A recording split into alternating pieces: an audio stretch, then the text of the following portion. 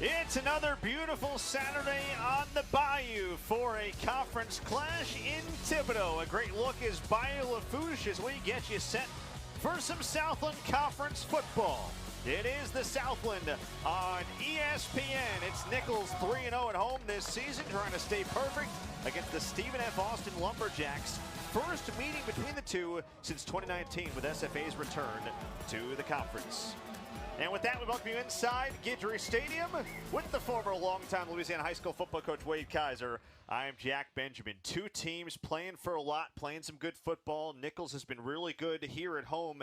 SFA has put together the type of year where they might have a chance at an at-large for the FCS playoffs. What catches your eye about this one? Well, it's going to be strength on strength. Both teams statistical leaders in not only Southland Conference, but the FCS. What that does, that makes for good football, Jack. No doubt about it. A jumbled standings in the Southland right now. UIW, the only remaining unbeaten in conference play, but we mentioned there's a lot of teams in the mix. They beat Southeastern by 3, did in Incarnate Word last week. Nicholls right there with 3 one-loss teams. SFA still has a couple of top 20 opponents on their schedule, so they can still build a case for an at-large. Well, they control their own destiny, and it starts right here in Thibodaux today. Same way with Nicholls. They control their own destiny, looking for that back door. It starts right here today in Thibodaux. Certainly a packed standings, two teams hungry for a win. First meeting here in Thibodaux since 2018. What do the Lumberjacks and Colonels have to do? Well, the Jacks are going to have to avoid the third and long because Nicholls is going to bring the blitz, right? And then they're going to have to slow down that Nicholls run game, right? Colonel's got to reestablish the run game. Last week they struggled a little bit in that area. They've got to get it going today. And the Colonels defensively do not want to give up splash plays. Those are those plays, 12, 15 yards or greater. Well, you can see the wind blowing a good bit today, gusting around 20 miles an hour on an 83-degree day. That is Colby Carthel. It is his 6th season at the helm of this Lumberjacks program. He took them to the FCS playoffs in 2021. They won the WAC title in 2022. They weren't playoff eligible that year, but he certainly has done a great job in control of this group. The only time he's played against Nicholls was in 2019 at home in Nacogdoches, a game the Colonels won 48-30. SFA won the toss and deferred, so Nicholls will get the ball first. And that kickoff is away and through the back of the end zone for Jacob Hand. So we'll see the Nicholls offense on the field first. It's an offense that is typically run heavyweight. It's what they've done in the Tim Rebo era now in his 10th season. They're typically always trying to pound the football on the ground. Nearly 200 rush yards last week. Miguel Brock, another outstanding day. That helps out quarterback Pat McQuaid. Yeah, a lot of 12 personnel. You're going to see 2 tight ends on the field for Nicholls, 1 running back. They'd like to establish the run game early. That means they have to control that line of scrimmage with that offensive line. Miguel Brock gets his first start as a Colonel. He begins to the right of McQuaid. From the 25, they'll look to throw on first down, and McQuaid on a rollout behind Scrappy Osby, incomplete. And it'll be 2nd down and 10. He was open, and McQuaid just missed him. As we get a look at the Nicholls starting lineup, worth noting, no Quincy Brown today for the Colonels. That's big, their leading receiver. Yeah, there's your, lineup right there. Really a good group of receivers, even without Quincy. Look for Scrappy Osby, who was just targeted. Terry Matthews has been playing great of late. Christian McNeese back in after missing the previous 2 games. But again, no Brown and no Lee Negrado, their tight end. So Nathan Hebb gets the start as McQuaid rolls and throws low, intended for Terry Matthews. So the Colonels start with 2 pass plays.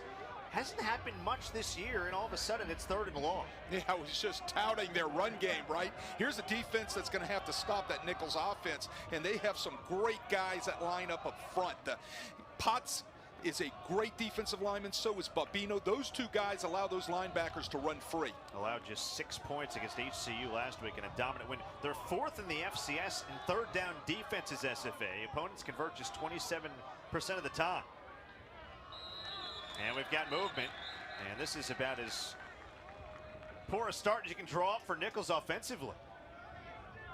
A couple incompletions, and now going to set them back 5 more yards. Ball start, number 69, offense, 5-yard penalty, 3rd down. That goes on Joseph Bradford. A lot of shuffling on this offensive line. Still no Reed Lambert, their outstanding all-conference right tackle. And as a result, you get some guys playing out of position. Bradford usually a tackle, Wade. He's playing guard.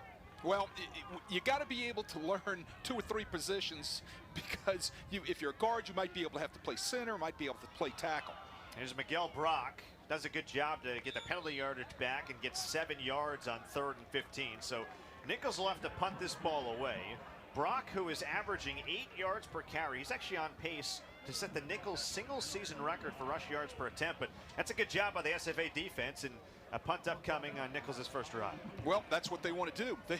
They want to get them off schedule. That's one of the things that Coach Carthel talked about also, is keeping that offense off schedule, talking about the Nicholls offense, and they did that series. Here's Kylan Dupree to punt it away, averaging 41.5 yards per punt. They come after it, and he got hit. So Lemberg is going to return it. There's a flag down right around the time where the return was taken. Lemberg, a true freshman from Gunter, Texas, done a nice job this year in the return game. His long punt return of 18 yards, he'll test that one. But again, you got the 2 flags down right around the 15-yard line as Dupree got run into. And so the Nicholls offense may get a huge break here. Well, we're going to wait and see exactly whether it's going to move it as a personal foul. Let's see. Roughing and running into are 2 separate calls. Correct, in the NCAA. So that's going to be interesting. They're explaining it right now to the Nicholls sideline, what their options are. Running into the kicker, number 5, defense, 5-yard penalty, 4th down. So running into the kicker is only 5, whereas had it been roughing, which Tim Rebo thought it might be, you're talking about an automatic first down. Right. Well, you see they hit the kind of the side of him, which bumped him down to the ground. Hey, all punters do a great job knowing how to get down on the ground also when they're touched, right? So when they take out that leg that's planted, the one that's up and down, not their kicking leg, that's usually when you get the personal foul. And you saw an unhappy Tim Rebo. He thought it should have been a roughing. So Dupree will punt it away again. From the 32, he sends a line drive. Lemberg will drop it, and now he's got a little bit of a seam to run. And he's tackled down at the 37-yard line. Very good starting field position for an SFA offense, Wade, that is as dynamic as any in the country. The Lumberjacks lead, actually tied for the lead in the FCS, averaging 41.6 per with Montana State. They're top 5 in the nation in total offense and passing offense as well, led by Sam Vidlak, their junior quarterback who transferred in from Montana. This is his 4th college stop. Right. I think you're going to talk about frequent flyer miles, right? But here's the bottom line. Number 1 total offense, Southland Conference. Number 1 scoring offense, Southland Conference. Number 1 passing offense, Southland Conference. Number 1 rushing offense, Southland Conference. They work off play action on first down. Low throw is complete. That is Kylan Harris. He is the only Louisiana native on an SFA roster that's got 96 players from the state of Texas. Very talented receiving core. Jalen Jenkins, the starting running back. Keep an eye, though, on number 23, Quaylen Jones. He may come in today. He's missed their last couple. Yeah, he can make an appearance, but look up front. Watch that offensive line today. A lot of parts moving around for the Lumberjacks also. They've got a staple of backs. That is Jarrell Wimbley, junior from Houston, who's their 3rd leading rusher. Last week, he had 75 rush yards against HCU. So brings up 3rd and 4 for the season. SFA leads the Southlands and the FCS at 41%. Throw is bobbled and dropped, incomplete. It's a great play by Keontae Williams covering up on Kylan Harris. And so SFA is going to go 3 and out. We thought this game could be a shootout. Both defenses step up early. Right, well, two great defenses, right? They got number 1 and number 2 in the Southland Conference. Defensively playing here today. You know, it's going to be interesting how they decide offensively to attack these real good defenses. That's the chess game going on in the middle of the game. By the way, I mentioned they were number 1 in the FCS, number 1 in the South of his SFA in 3rd down offense. Their punter is Callum Eddings. He punted at McNeese, for Nicholls fans familiar. Australian punter out of the Pro Kick Australia Academy. Sends this one to Terry Matthews, and he tiptoes the sideline for a couple after about a 43-yard punt. 2 teams exchange punts on their opening drives. Nicholls ball after this early first quarter here, Thibodeau. There's a look at Tim Rebo. Thought his team might have gotten a roughing into the punter penalty on the first drive. It turned into running into the punter. The two teams exchange 3 and outs. Nicholls offense back to work. Pat McQuaid under center. And we've got a flag. Pre-snap again, another false start on Nicholls. So not a clean start by any means.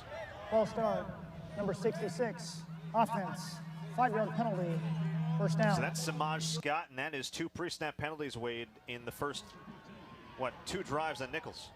That doesn't make any coach happy, right? Here you are this late in the season, you're having those type of, mental mistakes.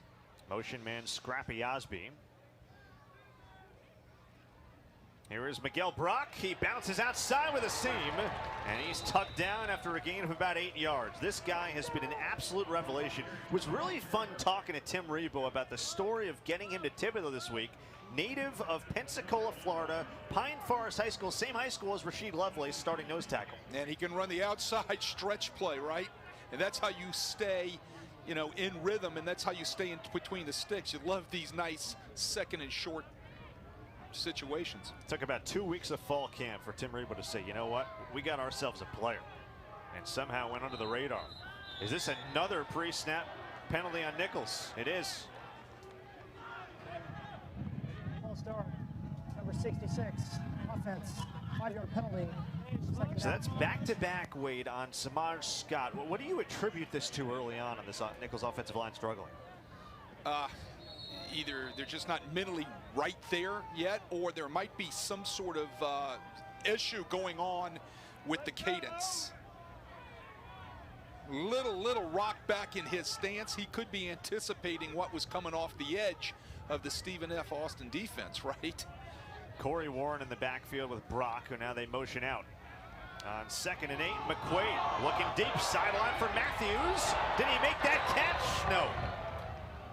Out in coverage, Charles Demings. You're going to hear his name a lot. He's actually a pro prospect. They've got scouts looking at him all the time. Already has a pick this year, redshirt junior from Mesquite, Texas. Yeah, they're taking a shot there, and you saw Samaj Scott right there leaning again in his stance. He was anticipating the twist that Stephen F. Austin ran at the top of the screen. See if you can see the twist. Oh, you can't see it right there, but I tell you what, you can see right there the step that Terry Matthews had on this future NFL prospect. Yeah, he might have tripped up under his own feet a little bit. That was a pretty well thrown ball by McQuaid. Osby in motion, another penalty. I'm not sure we've seen a Nicholls offense have issues like this on the line in a long time. What this is telling me, I'll let our official talk first. False start, number 69, offense. That's his second of today. What this is telling me, there might be something going on with the cadence. That's referee Matt Beck, by the way, has been a very busy man. Yeah, he's talked more than we have. There's something must be going on with that cadence out there. Something that they're hearing, or well, meanwhile, it's causing them to move. By the way, it's the left side of the line, Wade. All these penalties, Samaj Scott and Joseph Bradford starting left tackle and left guard. Well, they got to get it figured out. 3rd and 13. Is this another one? There is a flag down again. The SFA fans who made the trip are starting to make some noise. Delay of game, defense, number 22, using disconcerting signals. There you go. 5-yard penalty. So disconcerting signals. We saw that called a few times against McNeese, a few times against Northwestern State, and you can see right there Xavier Potts, Missouri City, Texas native junior, pleading his case. Look, that was a point of emphasis coming out of the NCAA Rules Committee this summer, right? And we've seen it not only at the FCS level, but we have seen it at the FBS level too. Nicholls needs the 25. They hand it off on 3rd down. And Miguel Brock slips his way past the 20 to the 21-yard line. So interesting, they go inside run on 3rd down, and now another punt upcoming for Nicholls. A really tough start offensively to the day for the Colonels. Well, like I said, something with the snap count, the cadence, something, and I think it got answered with the penalty, the last penalty on Potts right there. Somehow somebody was making some noise up front or doing some sort of shifting that caused that penalty, and probably was getting Nicholls to move early. And now a fake.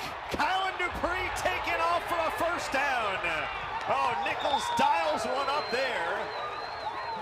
How about Dupree racing his way to the 34-yard line, a 13-yard gain. Nicholls had to have a spark, and they get it from their punter, Dupree. He dropped the snap. He had no choice. Well, he dropped the snap, or was that a planned drop snap? You're right.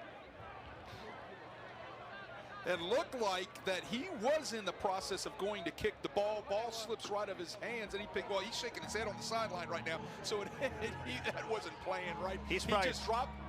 And take a look at it one more time, everybody. He's going in to raise his leg, and it just slips out of his hands. Well, look at this. The odds of that ball bouncing right into his lap. Will that spark Nicholls from the 34? And now we have another flag, this time in the secondary. Play clock down to 0. It expired. Is this going to be disconcerting signals or delay a game on the offense? Delay a game, number 7, offense. 5-yard penalty, first down. I'm not sure I've ever seen a team open with this many penalties before snaps to begin a game. There's always a first. But getting back to that ball on the punt, the fake punt there, or what ended up being a fake punt. Ball bounced funny ways. Colin Guggenheim with a seam. He's past the 40, and he's wrestled down around the 45-yard line. Tackle made out in space by Jermaine Brown. A gain of 15 yards there for Guggenheim. Well, he reads the backside cut. Nicely done right here. They have it walled off. It's inside zone, or sometimes called duo. Guggenheim's trying to press the play side hole. It's closed up. He keeps his feet moving and bounces back door for a big play. 5 minutes gone in the first quarter. Nicholls to the 45. On a fresh set of downs, McQuaid looking for head, almost reeled it in with one hand. Now, that's something to watch today. No Lee Negrado, their 5th-year senior tight end, who is their top pass catcher out of that position. In his career, he's got nearly 750 receiving yards. You flip that to Heb now as their top tight end, who starts today. 7 career receptions in 45 games played. Right. Well, what you really miss with Negrado is his blocking ability, Jack. At the point of attack, he likes to be able to be extremely physical, and he's proven that all year long. Guggenheim again, big seam, and he pulls a couple of Lumberjacks with him into SFA territory. They'll be 3 yards shy of a first down, but this is where Nicholls wants to be on 3rd down and 3rd and short. Hey, great blocking up front by Evan Roussel, the 5th-year senior, 6'2", 290. Nicely done right there, stays on his block. He gets movement, and it allows Guggenheim to make the cut and put them in a favorable situation for 3rd down. Guggenheim, who's approaching Julian Gums' all-time rushing record, works in the Wildcat with Warren next to him. They love this package. On 3rd down and 3. Another flag. Is it another false start? False start, number 68, offense. 5-yard penalty. Well, 3rd down. The right side of the line, I guess, said, hey, we want something to get involved too. Now, you don't want to be involved having a play called against you. Robbie Pizzolato, the right guard, gets whistled for that one. Nicholls now has been penalized 6 times and 8 penalties in the game in 3 drives. Oh, you have a penalty, you have a penalty, you have a penalty. I mean, you're going to get it out of their system, I guess. Colonels need the 45. Slant caught. Scrappy Osby in traffic, pulling tacklers with him down near the 30-yard line. McQuaid put that one on a button. A 23-yard gain and a first down for the Colonels. And Scrappy Osby favoring that arm. Boy, he looks like he's hurt. Yeah, he came down on that arm little hard. You know, that could be a collarbone. Let's hope not, because the way he's holding it, right? But he has really come on in the past few weeks, doing a great job running routes. That was a great slant route right in front of Tyler Hutchinson right there, and great throw by McQuaid, putting it on the button. Colonels are low on receivers. No Quincy Brown. McQuaid back shoulder looking for Christian McNeese. And that is incomplete.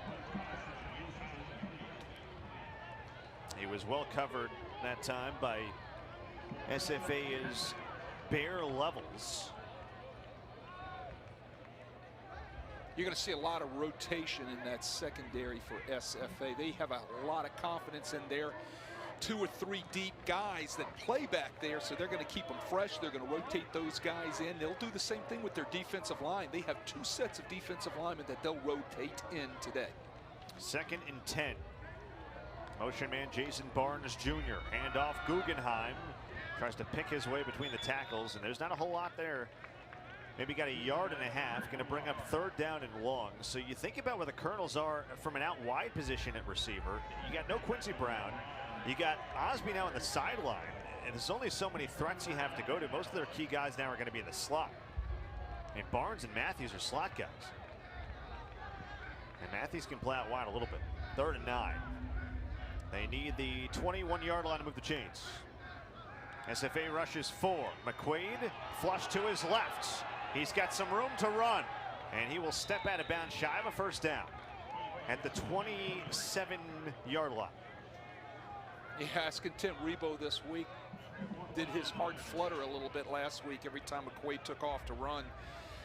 And he said, no, he said he's got crazy legs, right? That's what they call him, crazy legs. And there he goes again right there and gets out of bounds safely.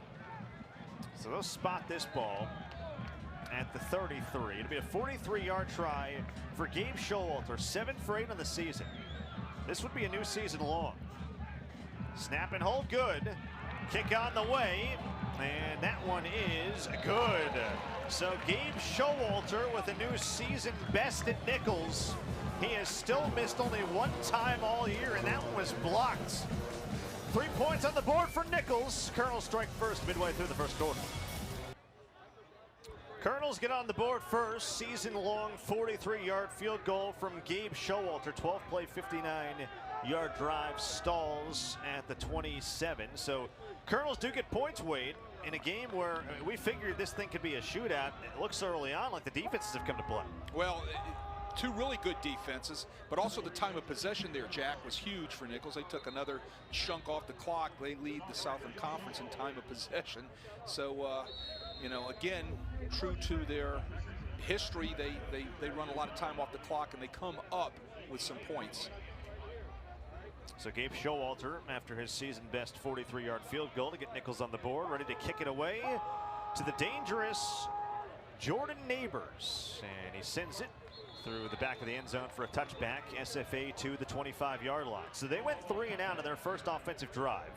Their quarterback, who we mentioned off the top, is Sam Vidlac, native of Applegate, Oregon. He began his career after he was a 4-star recruit at Oregon State, then a year at Boise State, then Montana. He was actually the starter before Clifton McDowell, who left him in East program, took over for him late. They went to the FCS championship game, but he has been a gem. 23 touchdowns against 3 picks so far this year. Leads the country in multiple categories. Yeah, Coach Carthel extremely high on him, especially with the type of young man he is. That's a great one-handed grab in space by Anthony Williams, and he sheds a couple of tacklers and works his way forward to the 40. He's a do-it-all back, and he gets 15 yards there. Do it all is right. They'll line him up out of wide receiver. They'll line him up in slot. They'll line him up in the backfield. They'll bring him in right on the hip, which they call, you know, right at the bump area right there of the tight end, and he'll be a blocker. He can do it all for the Lumberjacks. They hand it off on 2nd down, and not a whole lot doing for Jarrell Wimbley. Wimbley, again, their 3rd leading rusher. It's a staple of backs they can use. They have not had Quaylen Jones, their leading rusher, the Baylor transfer, the last 2 games. He is dressed. We weren't told if he would officially play, so we're going to have to wait that one out and see. But this is a tough defense to run against. Motion man Williams. Vidlac gives off. It is Wimbley again, and he's taken down. No, he's taken down by Eli Ennis, who sets the edge. There's the Colonel defense. I just talked about Eli Ennis. There's not a better set of linebackers that I've seen in the FCS than Eli Ennis, Shaheen, and Sharkey, as well as number 7, Jake D'Amato, which we will see out there today. Yeah, they had McQuaid listed. D'Amato is number 7 on the defense. So the 2-time reigning defensive player of the week in the conference. Bring the pressure on 3rd down. Vidlac delivers. That's caught shy of the 1st down. Keontae Williams makes the stop on Derek Bowler, redshirt freshman from Miami, the Indiana transfer, with just his 2nd catch of the year. And SFA again shy of the sticks by about 4 yards, has to punt. Second punt and 2 drive. Good job by this Nicholls team. Oh, no doubt. I mean, if they're going to catch the football, you don't want to let them have any yak, right? Yard after catch. That's what you teach your DBs. If they're going to catch the ball, tackle them right there, and that's exactly what took place by that secondary, Keontae Williams. Callum Eddings will send it away to Terry Matthews. Lefty punter with a good hang time on this one, and he's going to pin Nicholls right at their 10. So well done by Eddings on that punt, which ends up going 44 yards. Nicholls ball up 3-0. Little over 5 to go in this first quarter in Thibodaux. Straight SFA punt to begin the game defensively. Colonels got a field goal their last drive. They begin from the 10. It is Colin Guggenheim. Oh, what a cut there.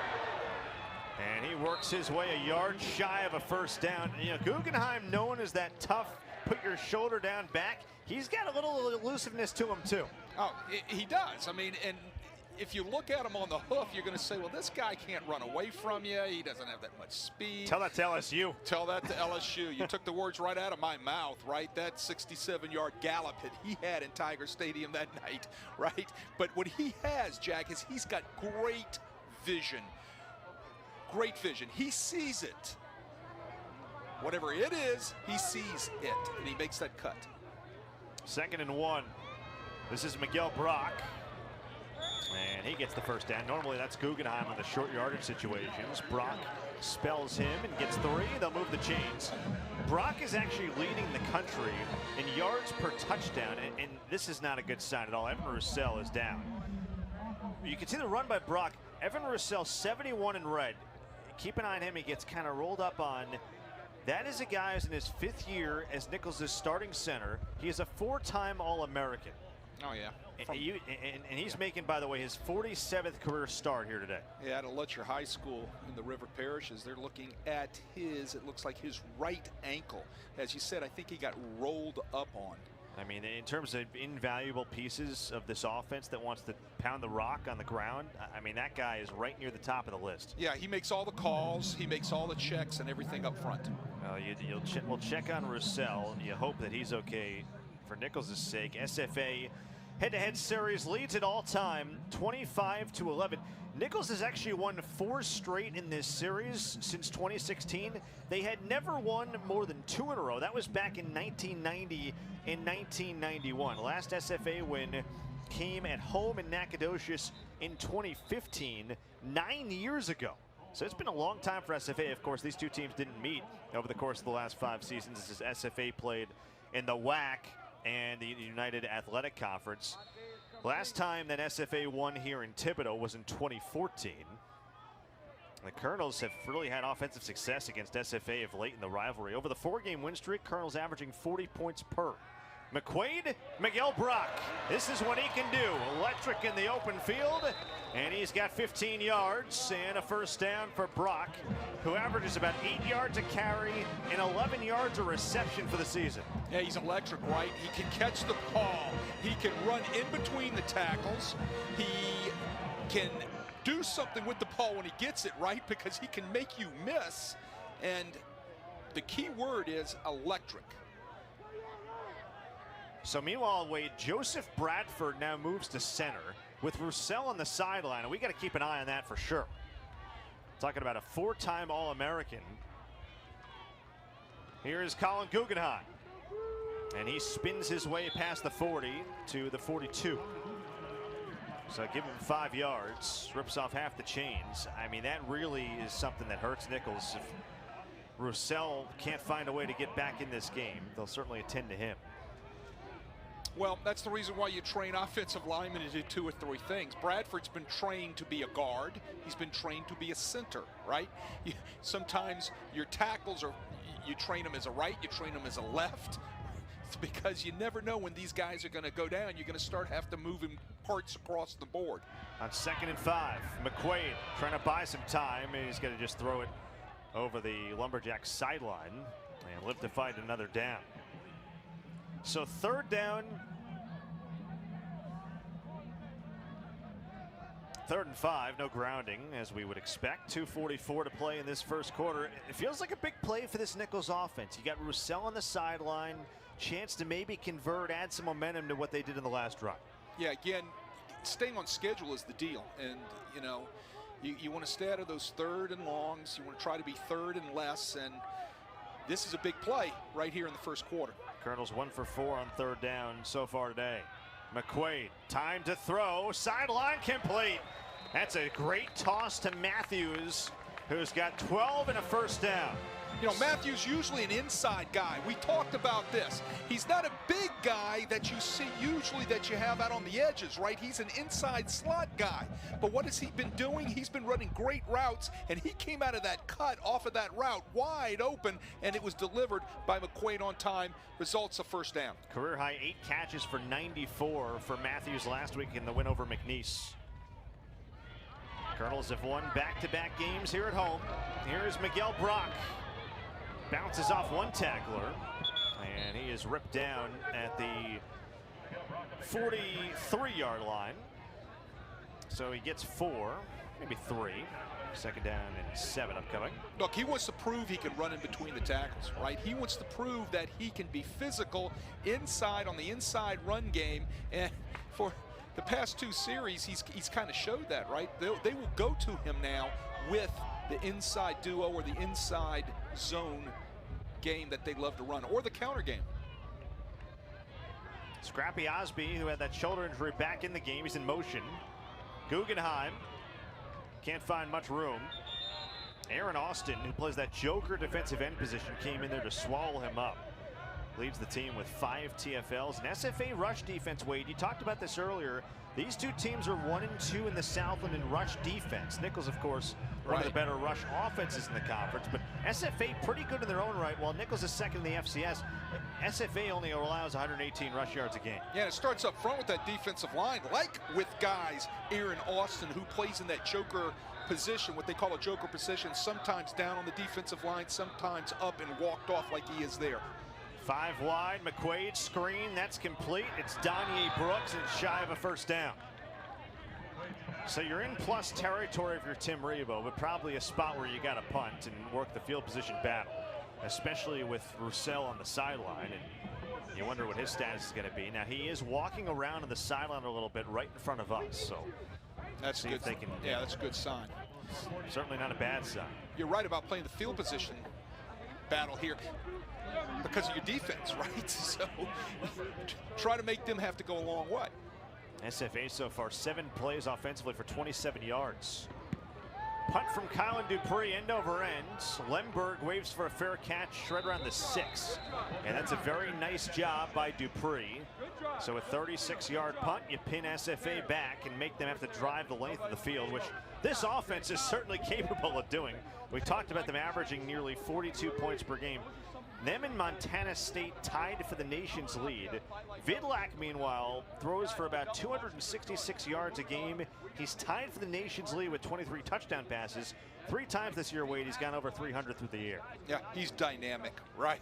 I mean, he went over 300 last week against Houston Christian and threw 5 touchdowns while doing it, right? And they love to run the RPO, run pass option type of stuff. Not with him running, but with him reading and throwing. Well, we asked the question, would we see Quaylen Jones, their star running back? We haven't so far. That time it was Jalen Jenkins getting the carry, and he gets a gain of about a yard. Now, this Nicholls rush defense up to the task early on in this game. First quarter closes with SFA totaling 28 yards of offense. Lumberjacks will have the ball to start the second, backed up deep in their own territory.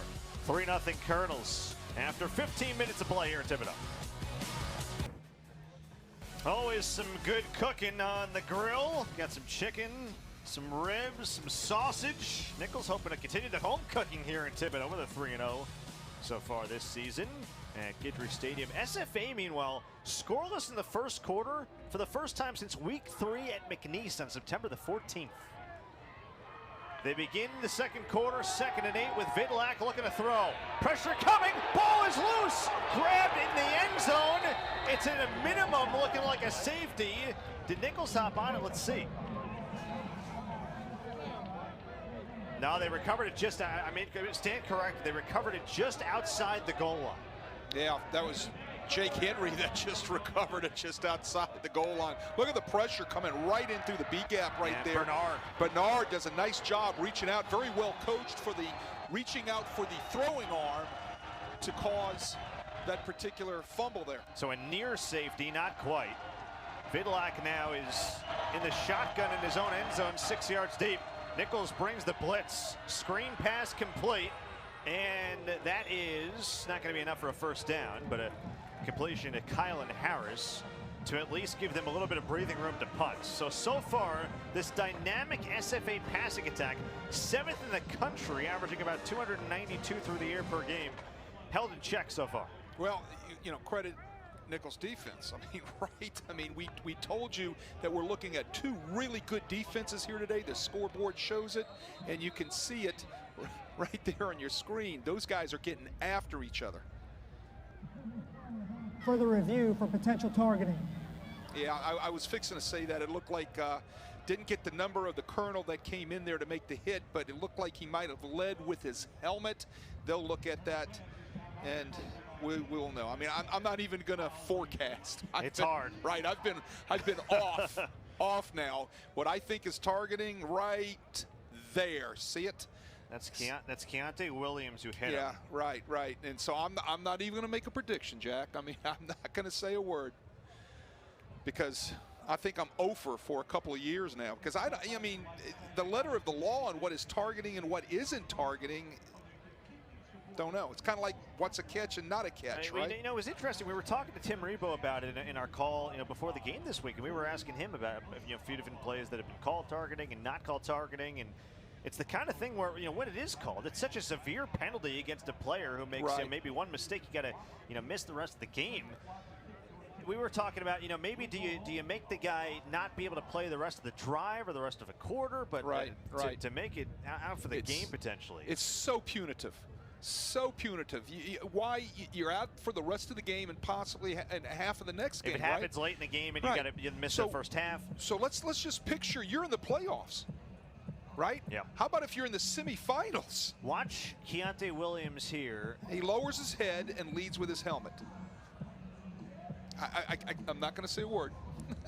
It's some of it is so tough because when you have a running back that's trying for extra yardage, the running back is not going to run at the same height. He's going to dive forward. He's going to reach the ball out to get extra yardage. As a defensive player, you got to have the ability to react on the fly, seemingly, with this rule. Correct. That's Glenn Thurman, by the way, former outstanding Colonel, D-line coach, who's given the word to Keontae Williams. This is a young man who has certainly been a meaningful part of this team. Fifth-year junior from Lafayette.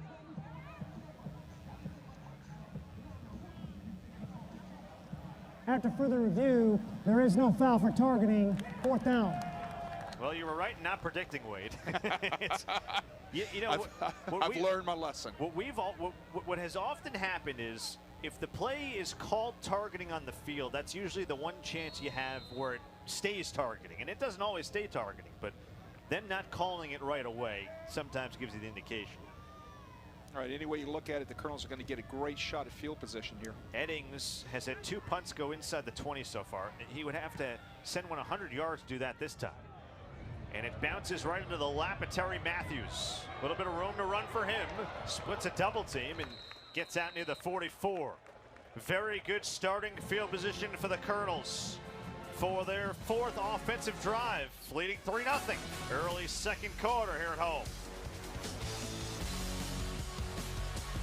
3 SFA drives, 3 punts. Pat McQuaid and this Nicholls offense back to work. Best starting field position from their 44.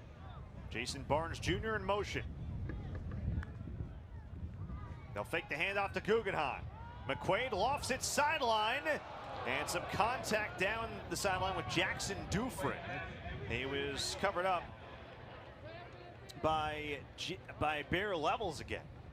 Yeah, great coverage by Bear Levels. Nice job running with Dufresne down the boundary. Evan Roussel is back in for the Colonels. That's good news for Nicholls.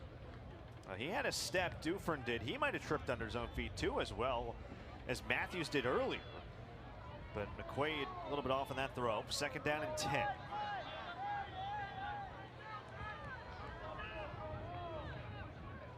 now the motion, Guggenheim out of the backfield with 5 wide. They go empty. Motion man, toss to Jason Barnes Jr. And the little pop pass is going to result in a first down. They get 10 yards. One of their fastest guys, redshirt sophomore from Baton Rouge. Yeah, that is considered a pass. If it would go on the ground, it's incomplete, right? So it's like jet sweep. The thing that was nice for the Colonels is they had the numbers out there to the wide side of the field when they motioned out to empty. No one from the Lumberjacks adjusted. Low snap, a bobble by Guggenheim in the backfield, and he breaks it loose for 14 more and a first down. That looked like it might be disaster, and it results in a first down run. The bobble by the quarterback and the running back, it didn't matter. Well, sometimes when that ball pops out on the ground, everybody kind of relaxes for a minute if you're on defense, the defending team or the coverage team, whatever. You see that a lot of time in the kicking game. I think that's what happened right there. Player down for SFA is Tony Anyanwu. Take a break. Now, Tim Rebo's team trying to add to a 3-0 lead early second quarter. A 15-yard rush by Colin Guggenheim moments ago. Colonels right now outgating SFA 159-32.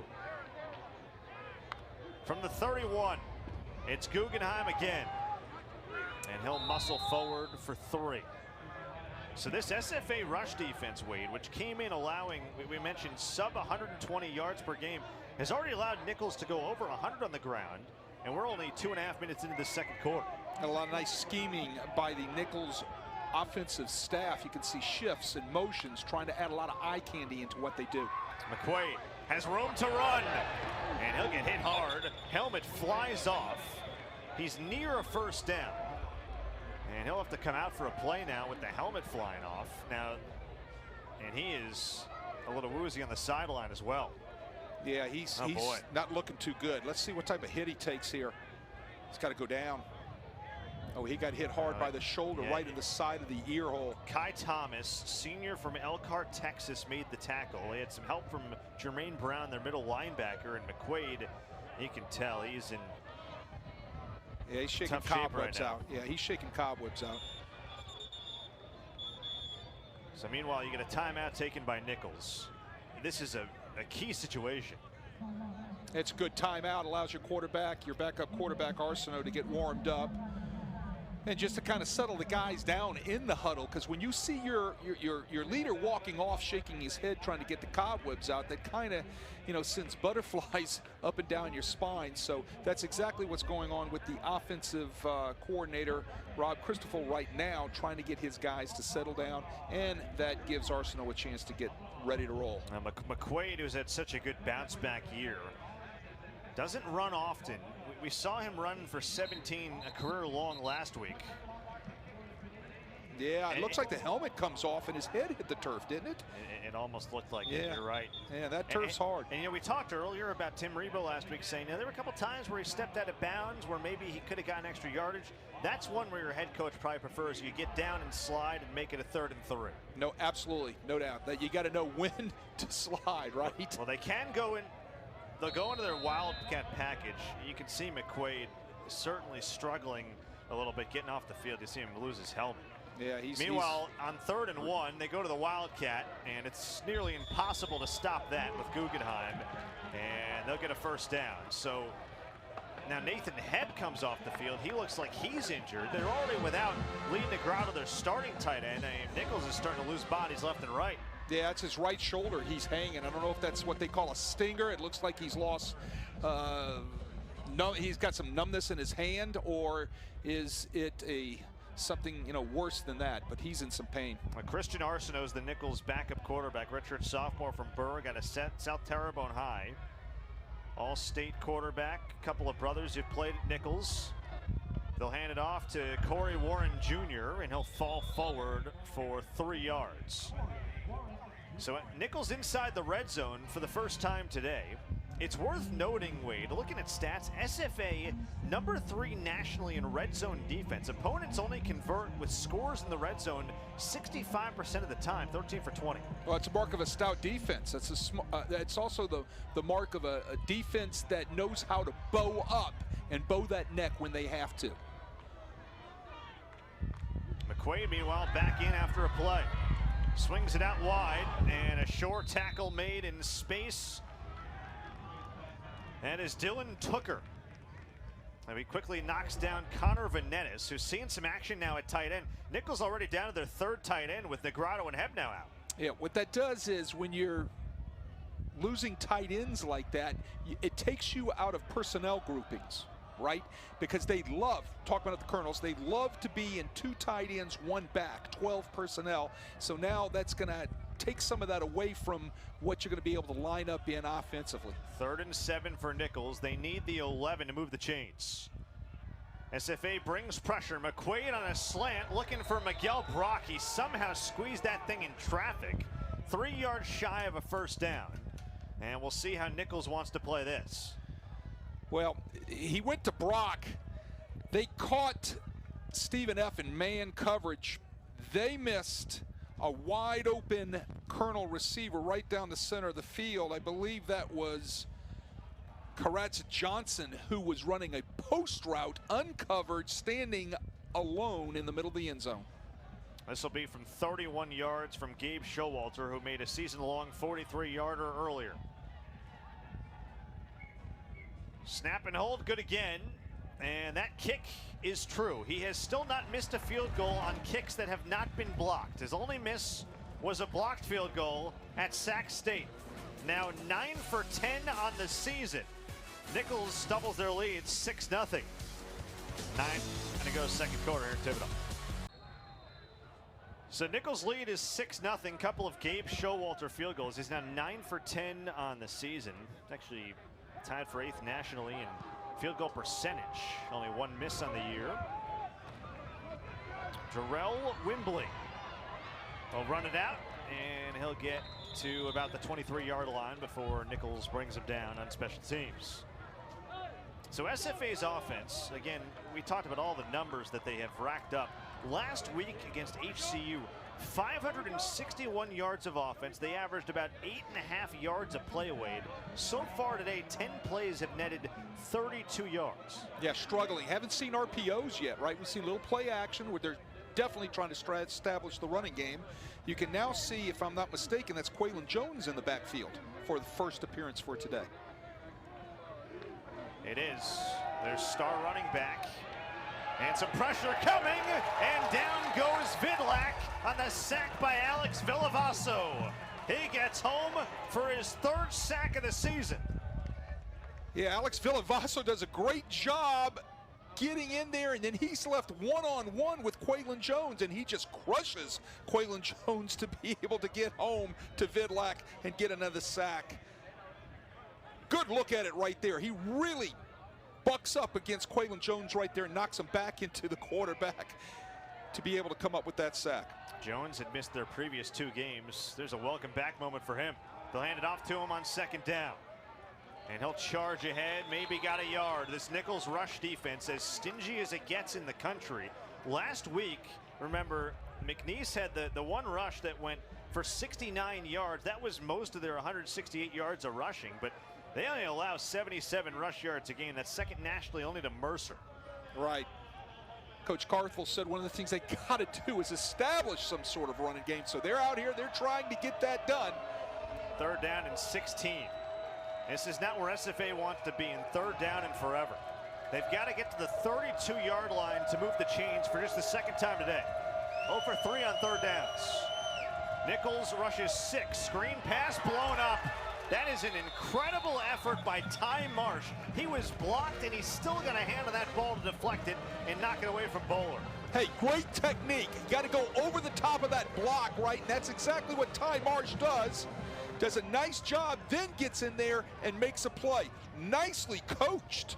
Nicely coached. That's the way you coach that sort of defensive play against that type of block out there on the perimeter. Now remember, Nicholls is without All-American safety Tyler Morton. They've been without him, Wade, since early September, and they haven't skipped a beat because of Marsh's emergence in the back end.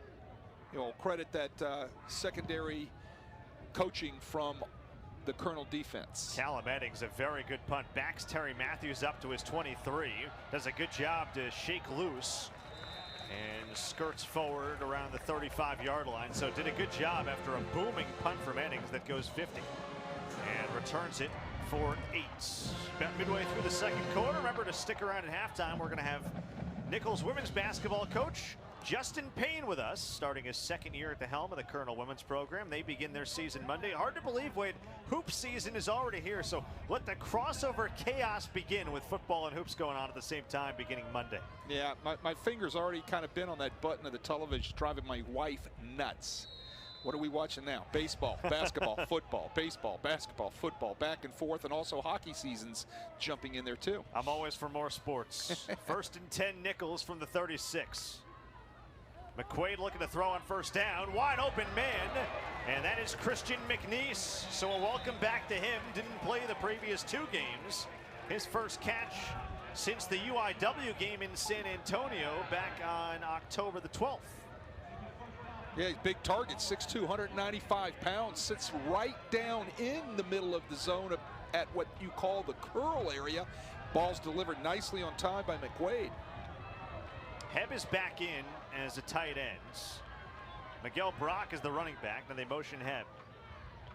From midfield, Brock avoids one tackler and then is driven down. He's finished off by Jaheim Mullen, grad transfer from Wingate, Division II school in North Carolina. A couple of starting safeties for SFA, Mullen and Adams, both D2 and D3 transfers, and there's Roussel back in its center.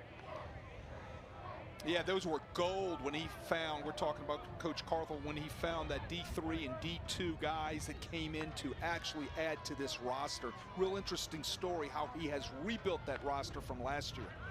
On 2nd and 9, McQuaid, open man is Osby, and he is crushed after a gain of about 7 yards. A strong tackle made by Tyler Hutcherson. Osby, you can tell, is favoring that shoulder a little bit still, but he's hanging tough. It'll be 3rd and 2. Yeah, well, if it was a broken collarbone, we wouldn't be seeing him, so that's good news.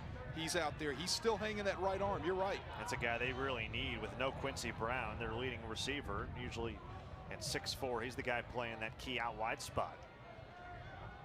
Colonels will go Wildcat again. 3rd down and 2. They have burned a lot of clock in this first half. Wildcat with Guggenheim. And he is just shy on the initial push. They stopped his progress shy of the first down. So this is going to be 4th down and a yard. And if you're Tim Rebowe here, you figure you're probably going for it. Yeah, I think that would be the right decision here. You know, I mean, you got to have faith in your offensive line, and you got to have faith, obviously, in the guy you're going to put the ball in the hands with would probably be Guggenheim, right? Well, Nicholls has outpossessed SFA in this first half 16 minutes to 6. They have really controlled the clock. Well, that's their MO, right? That's what they do. They control the clock and play defense. Matthews in motion. They go in the shotgun. Needing a yard on 4th down. Guggenheim, Bowley's forward. I don't think he got there. It's a stop for SFA's defense. And the Jacks bow up on 4th down. Big time play made by Josiah Cotton, their leading tackler, grad transfer linebacker from Samford. Yeah, a couple missed blocks up front by the Colonels. They get some penetration, which opens things up for Josiah Cotton. Does a nice job getting in there and then stuffing the play behind the line of scrimmage. You surprised at all they didn't go back to the Wildcat or maybe go under center there on that 4th down play? Well, you're basically running the same scheme. It was the same blocking scheme up front. You can do it whether you're going to do it from Wildcat or from you know, halfback position. Oh, is that all the life SFA needed? Maybe. Vidlac, pass complete. And then the ball jarred free at the end, and SFA falls on top of it. So the catch was made in space by Clayton Whalen, the true freshman, and then Johnny on the spot, Kylan Harris. And so they avoid disaster, and they're into Nicholls territory just like that. And they're up tempo also. That was a wild sequence of events. They're back at the line. Fresh set of downs. Vidlac looking, and he'll shovel it out. Creative play to Wimbley, who's pulled down by the ankles by Eli Annis, who may have saved another 15 yards. Let's take a look at this last play. Watch the ball delivered on time right there. There's the shot given. Keontae Williams knocked it out. Yeah, and the ball comes out. Three Colonels. Yeah, couldn't come up with it, and there goes. Right on time was Kylan Harris, the East St. John Reserve Louisiana wide receiver. Yeah, only Louisiana native, so right. Maybe something about being back at home and his hands picking up. Meanwhile, Nicholls has a player down in the back end. That is Kendarius Smith. That's not a good sign. One of their starting corners. Guy who's got 4 breakups on the season to lead the team. Taking a look at his arm. Here's another look at the fumble from play ago. Nice route. And the ball looked like it got stripped out. Keontae Williams got his arm in there, knocked it out, hammered it out, and then it bounces perfectly. We've seen a couple nice bounces for the Colonels already. Stephen F. got a nice bounce right there on that fumble. You know, Quentin Sharkey has done a lot of great things in his Colonel career. He has never recovered a fumble. I'm not sure he'll ever get a better chance than he just had. That ball was in his hands. Right. And he just couldn't squeeze it. Couldn't get the stat, right? I mean, you got to hold on to it. SFA 2nd down and 4. First time into Nicholls territory today. Trying to take the lead with a touchdown. Vidlac, time to throw. Lofts it, end zone. He's got a man and a touchdown. Kylan Harris. A beautiful catch over the shoulder. Vidlac's 24th touchdown pass of the year. Harris reels in his 7th. And SFA a point after from taking the lead here in Thibodaux. It started all up front with the protection. Vidlac sits in, can set his feet, step up, and look at the beautiful corner pass right here to Harris. Right on the money, had 2 feet in. Unbelievable execution. You can see the talent of Vidlac. So they strike from 28 yards. I mean, you give this offense a little bit of life. Chris Campos, meanwhile, continues his stretch of consecutive PATs made. He's now made 80 straight since his last miss in November of 2022. The All-American kicker, 5th-year senior, local kid from Nacogdoches, who's 5'11" and 255. But meanwhile, you think about Nicholls going for the 4th down. It feels like the right move every time, and SFA, they just needed a little life, and they got it. Yeah, look at the protection. He could have sat there all day. Great route by Harris to get the corner turned around a little bit. Got to step on top. Ball drops in perfectly. And like I said, you can see the talent of Vidlac. He can spin that thing, but you can also see the speed and the ability that Kylan Harris has.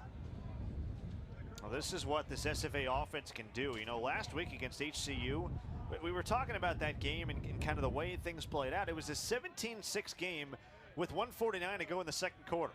SFA scored right before the half in a minute. They ended up scoring 38 unanswered points. It is a quick strike offense that can hit you in bunches. This is Jaden Milton to return, and he's not going anywhere. He's swallowed up around the 14-yard line, and Nicholls is going to be backed up in a big spot in this game with 4:05 to go. That was actually Miguel Brock, not Milton. So Brock deciding to return that one instead of taking the fair catch. You got 4:05 left here, Wade, and this feels like a big moment in this game because SFA, remember, deferred to the 2nd half. They'll get the ball to start the 3rd.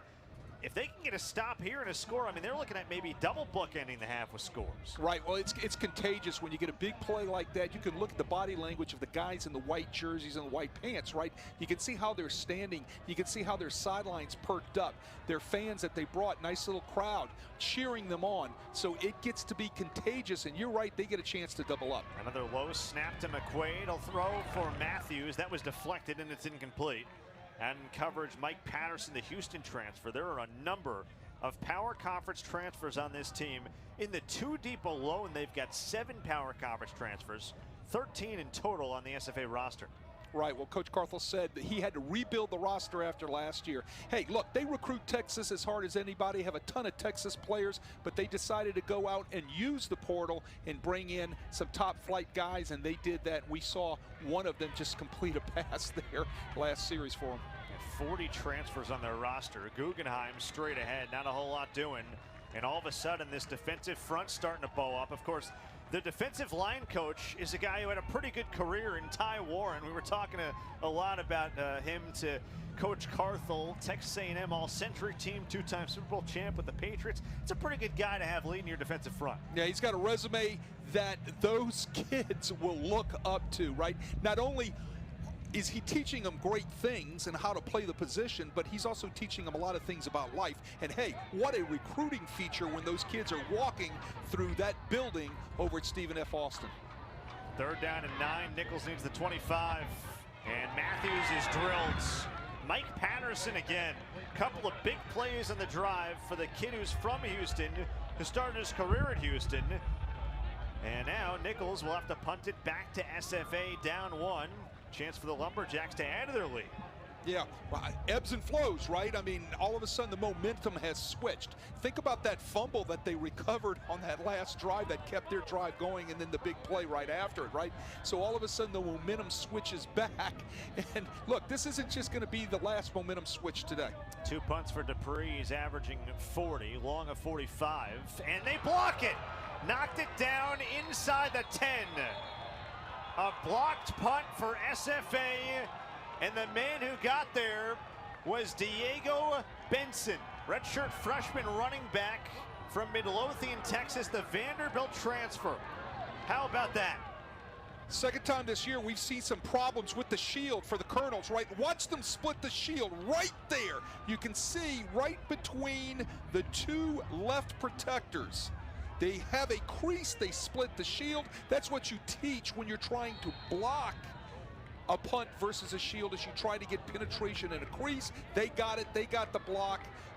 We've seen some problems with the Colonel's shield now for a couple of games. Yep, they've had 2 punts blocked now in the last 3 weeks.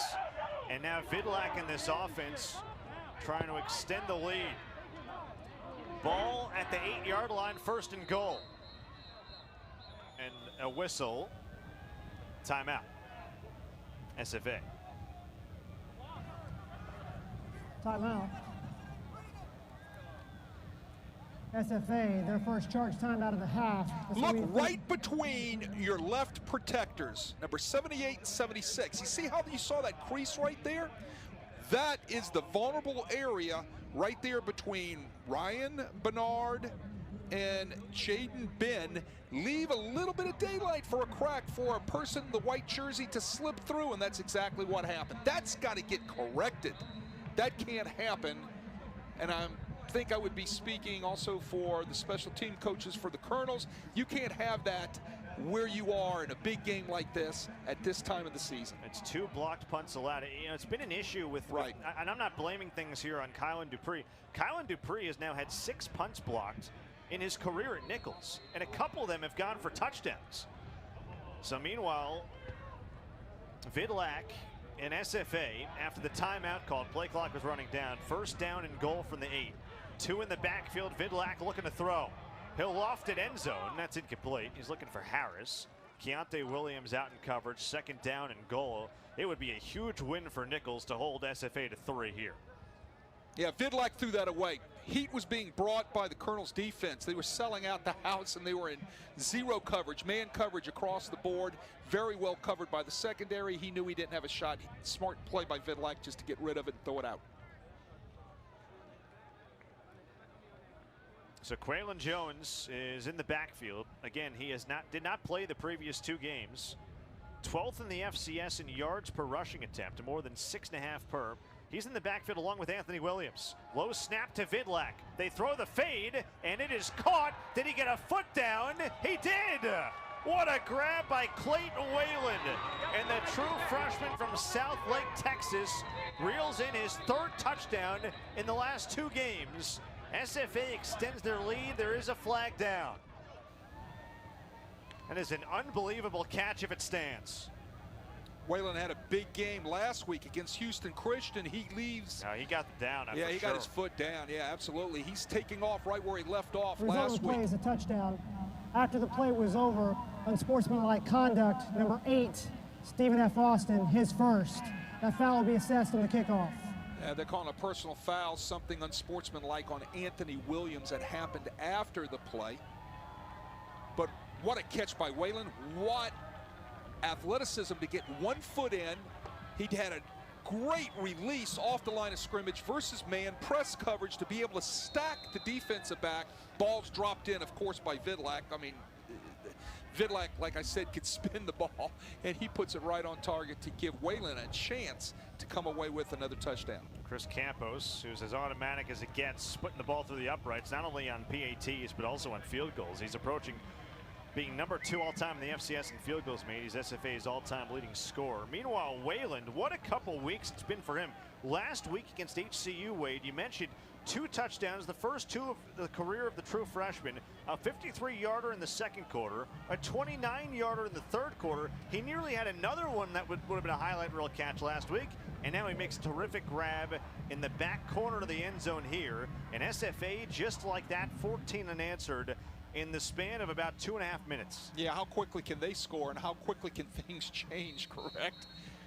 Seems like that fumble and their fumble recovery is what was the injection for the momentum that has shifted. Here's a good look at the conference standings. Look at those. Some good games going on tonight. Nothing bigger than this one right here, especially for both teams looking to get that bid, automatic bid for a conference championship at the end of the season. And remember, UIW is in the driver's seat, but think about SFA and the opportunity here. Their first trip to Thibodaux, a place they haven't won since 2014. If they can find a way to win today, they still have 2 top 20 teams on their schedule at home. UIW in late November on the 16th, and then Abilene Christian, that's a non-conference game, former Southland foes, to close out their year. They're right now ranked 19th in the country. Well, that ball might have rolled out of bounds had Brock let it, but he'll run it instead, and he's got room to fly. Miguel Brock sideline, and he finally touches out of bounds deep in SFA territory. Every time this guy touches the ball, something special happens. He's electric, right? He is electric. And look, looked like he came shot out of a can. He picks up the ball, bobbles a tad bit, everybody kind of lets up, and boom. Before you know it, he's past everybody and running down the boundary. Again, another shift of momentum, right? This could be the spark for the Colonels just before halftime. So Miguel Brock, who has become one of the key returners for Tim Rebo over the last few weeks as well, that's a career-long kick return. Goes for 50 yards, and Nicholls is set up now at the 36-yard line of SFA. Can this offense respond?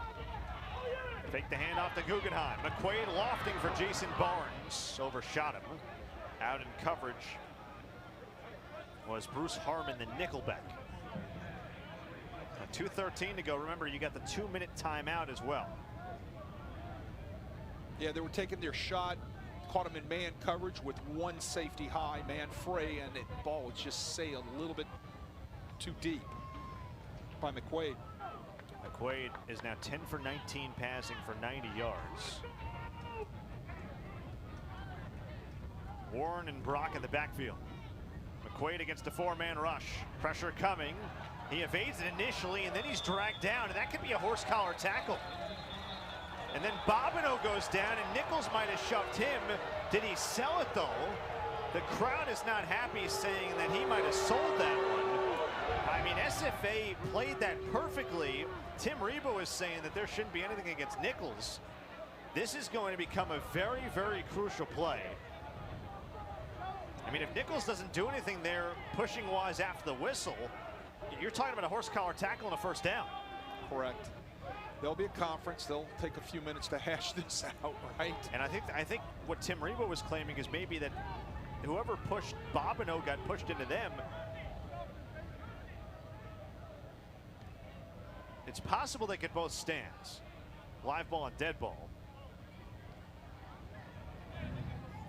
Personal foul, horse collar tackle, number 3, defense.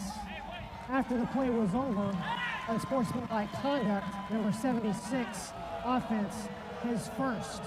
Both penalties will be enforced. Automatic first down. So Ryan Bernard gets the unsportsmanlike after Bobineau was called for the horse collar tackle. And here's another look. You'll see the horse collar first. McQuaid takes off.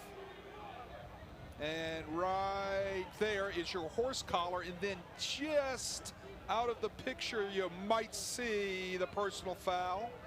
And there it is, right? Oh my goodness, that's an Emmy. That's also a lineman trying to protect his quarterback. Absolutely. But he's going to walk away with an Emmy, right? I mean, that's the thing with the little globe on top, right? Now Colby Carthel is not happy with the spot of this football. They were initially moving it forward. I don't know why you would have to move it forward as much as they did just to move it straight back.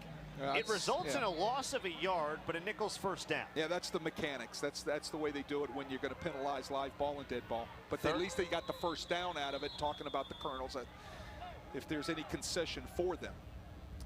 So 2-minute timeout comes. That is the 2-minute timeout. 14-6 SFA. Nicholls on the move.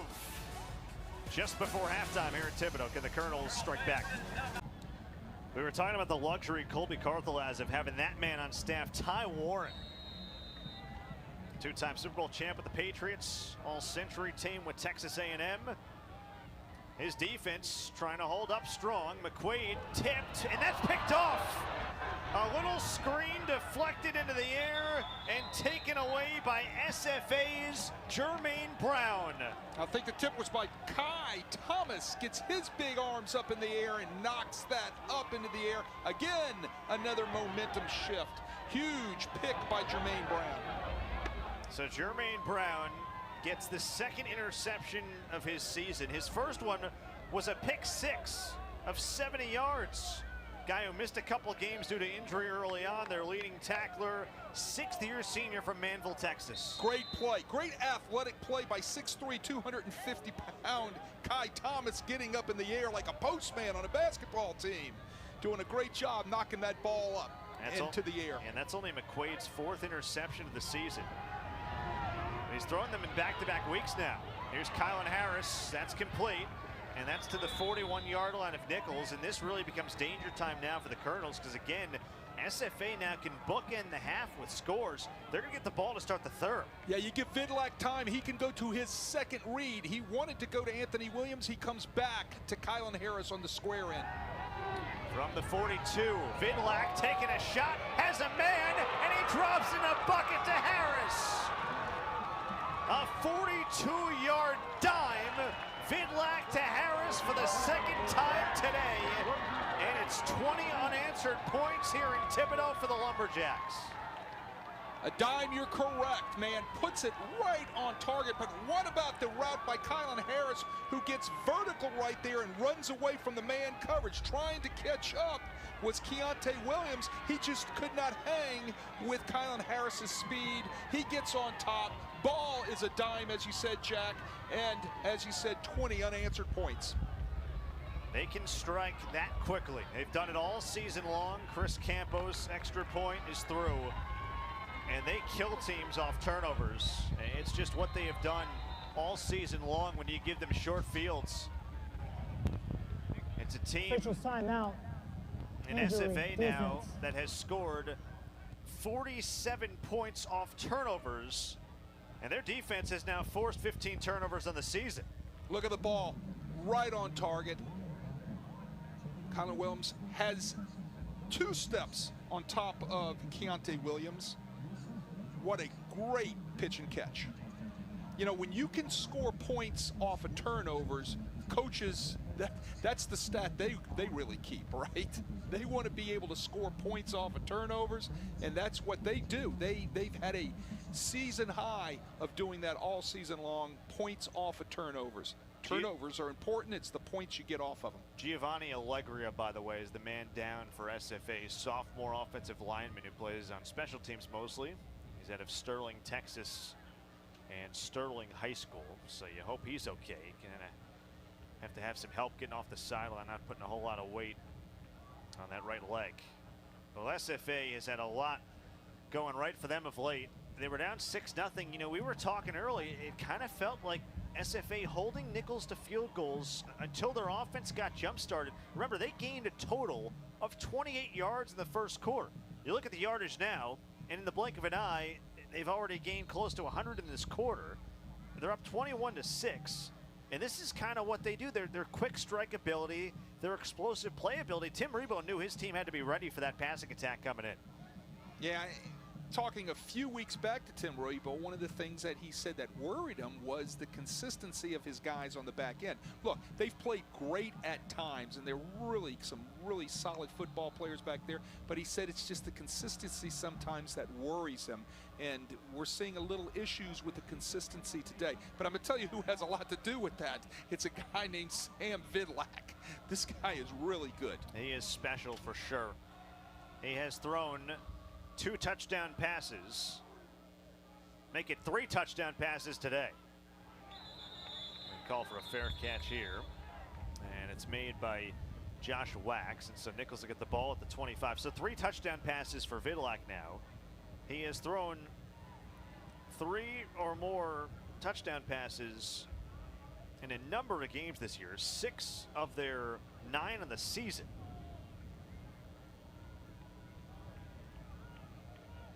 The guy who threw for 5 touchdowns last week against HCU. He's done that twice this year. Pat McQuaid in this Nicholls offense. Meanwhile, you got 90 seconds left, plenty of time to get something going here, and they need points desperately before the half. McQuaid swings it, Miguel Brock. And the shifty back gets forward for about 8 yards on first down. How fast are you going here if you're Nicholls? You do have 2 timeouts. Yeah, you're going to tempo it up a little bit. You're going to make sure that you practice this 2-minute offense, of course, so you will see them operate at a quicker level than they would normally do. Looking for Matthews, incomplete. That connection between McQuaid and Matthews has really been automatic over the last couple weeks. They haven't been able to find it very well today. 2 catches for 16 so far for Matthews after his career-high 94-yard performance last week. You wonder if McQuaid's still feeling any of those effects from the shot he took back in the first quarter, right? Yeah, that was a big one. He's now 10 of 20, along with that interception. Trips to the right, now Venetis motions out. Hand off Brock, spins off it and breaks loose. This guy's amazing. He seems dead to rights pretty much every time he's got the ball in the backfield and he finds a seam. Another first down, gain of 17. Yeah, he bounces off of Aaron Austin like a pinball. Watch this right here. Watch Aaron Austin come up and give him a leg. Boing, right there. He ducks his shoulders and he just rolls right off of him for a nice gain. One of the ultimate home run hitters this year in FBS football, and I should say in FCS football, averaging more than 50 yards per touchdown on his 5 scores this year. Nicholls has not had a penalty in a while go against them on pre-snap. That's going to change here.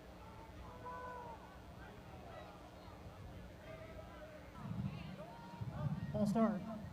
Number 69, offense, 5-yard penalty, first down. Trifecta penalties on Joseph Bradford Jr. from Pass Christian, Mississippi. Again, he's playing a new spot today, Wade. Usually a left tackle. He's playing left guard with all the injuries. Yeah, it's hockey. They call that a hat trick, right? I mean, not in a good way here. Right. So Nicholls behind the sticks again on first down. 1st and 15. McQuaid rifles, caught. Matthews, he is shoved out of bounds by Jaheim Mullen. After a gain of 6 yards, they'll bring up 2nd down and 9. Clock's at 54 seconds. Colonels do have 2 timeouts in their back pocket. Yeah, desperately got to get on the clock to try to change the momentum going in at halftime. 21 unanswered points for the Lumberjacks on the road. SFA away from home this year, just 1 win. It came at Lamar on October 12th.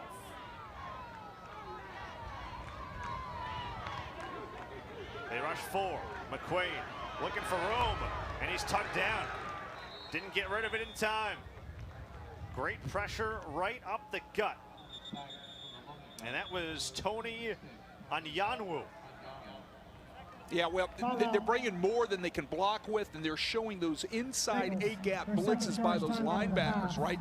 So you got to get your protection kicked one way or another. I don't think they they didn't change their protection. Talking about Nicholls, should have kept the back in there to help out with the extra guy on Wanhu.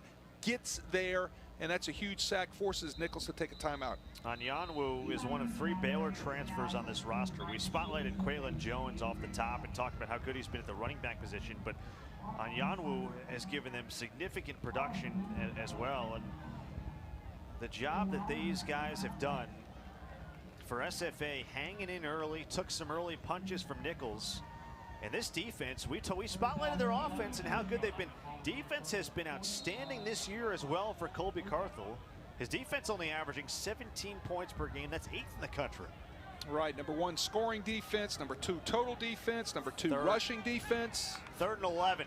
Colonels need the 40. McQuaid with all kinds of pressure in his face, and his only choice is to throw that ball out of bounds.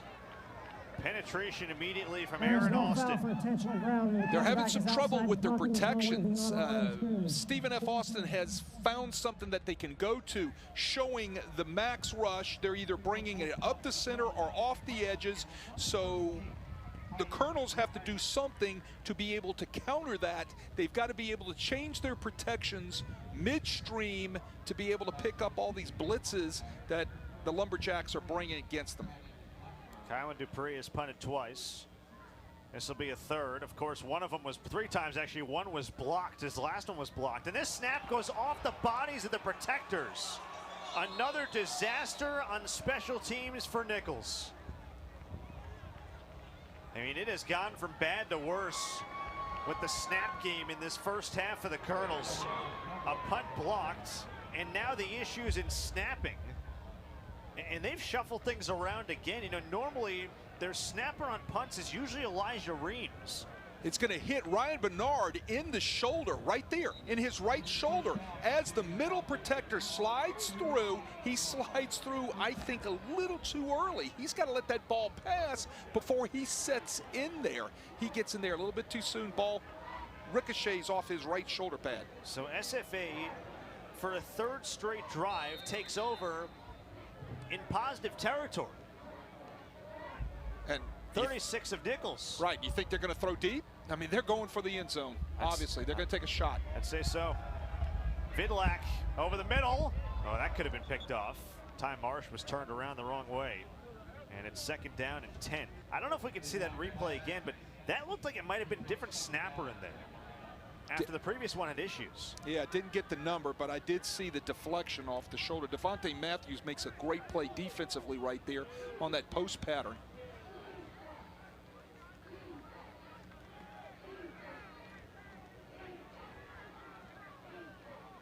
Second and 10. Vidlak's already thrown for 3 scores. He's trying to make it a 4th. And that's good coverage up the sideline by Jamison Lindsay, the Mississippi Valley State transfer, native of Gulfport, Mississippi. Covered up well against their target that time and Neighbors. Colonels drop 8 that time, play man on the corners. Everybody else is in zone in the center of the field with a too high secondary, only rushing 3. Well, SFA's got the luxury of having maybe the best kicker in all of FCS, and Chris Campos. He's got a career long of 53. And we have a timeout called by SFA with the play clock down to 7. Yeah, they're looking right now, you know, they're getting the ball back at halftime. SFA, their 2nd charge timeout of the half. This will be a 30-second charge timeout.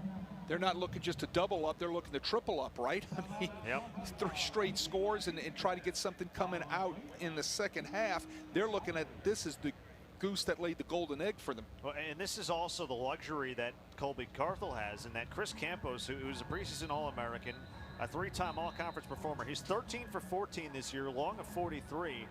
But he, again, is a career long of 53. He's made from 65 in practice. Guy's got one of the biggest legs in the country. Right. So SFA is well in his range already. What did Colby Carthel say? That he would let him try a 60 in the right situation. He did.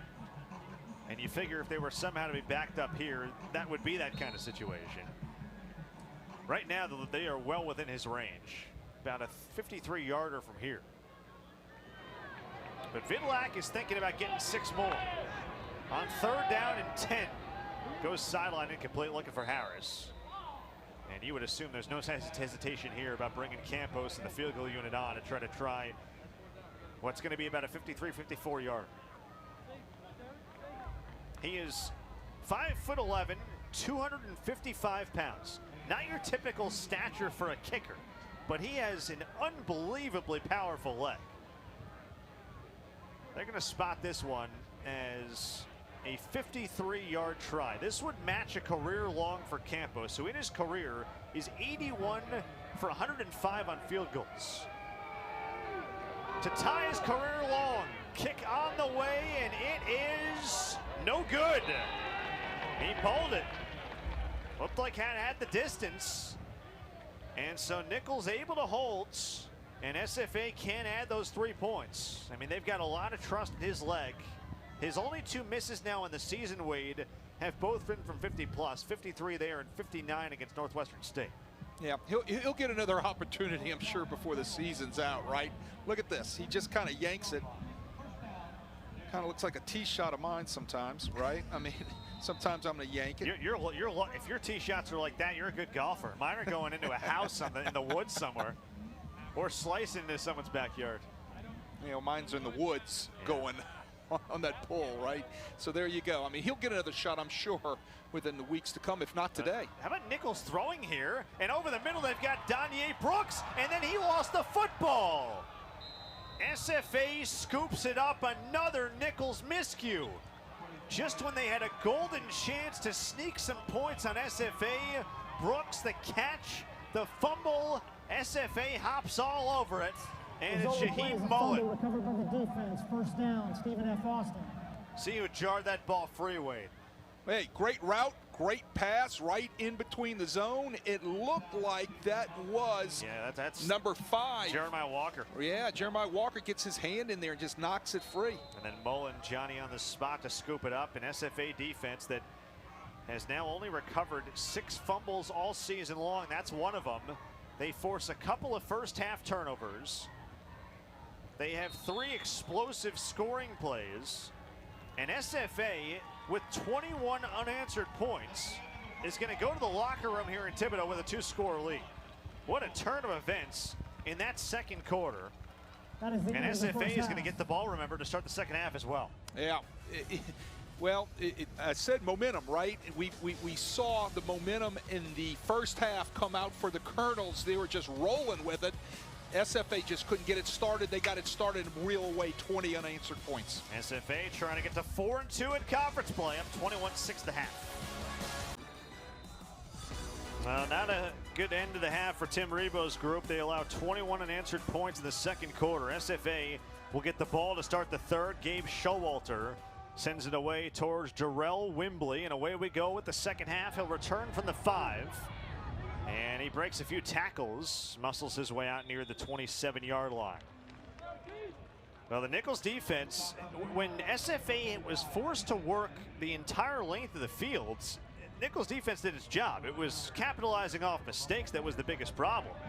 And here comes Sam Vidlak, who's already thrown 3 touchdowns in this game. How about the 6th time in 9 games that he's thrown 3 or more TDs, 155 pass yards in the first half for him. Well, he's real good, right? I think we talked about that earlier in the game, right?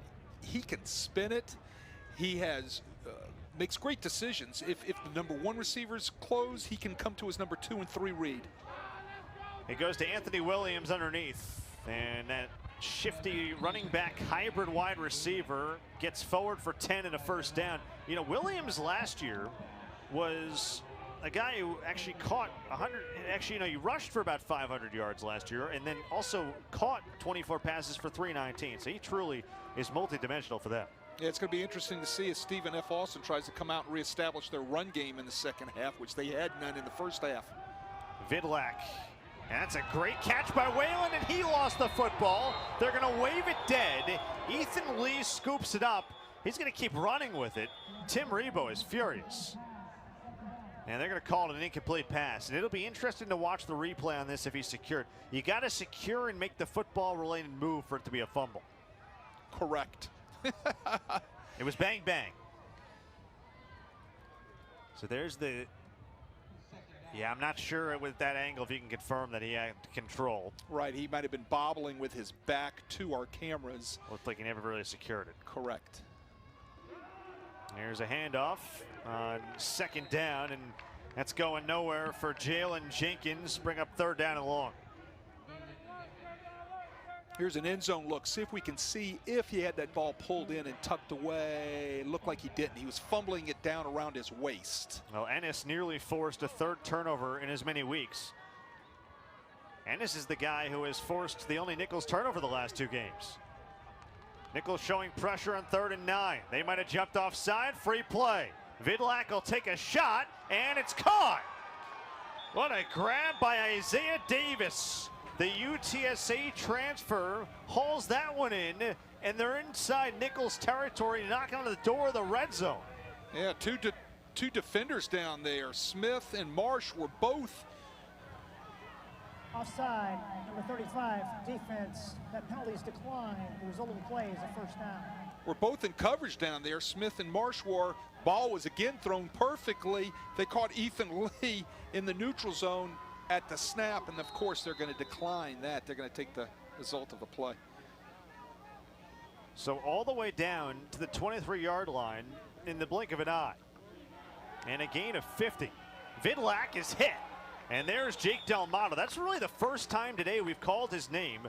2-time reigning Southland Conference Defensive Player of the Week.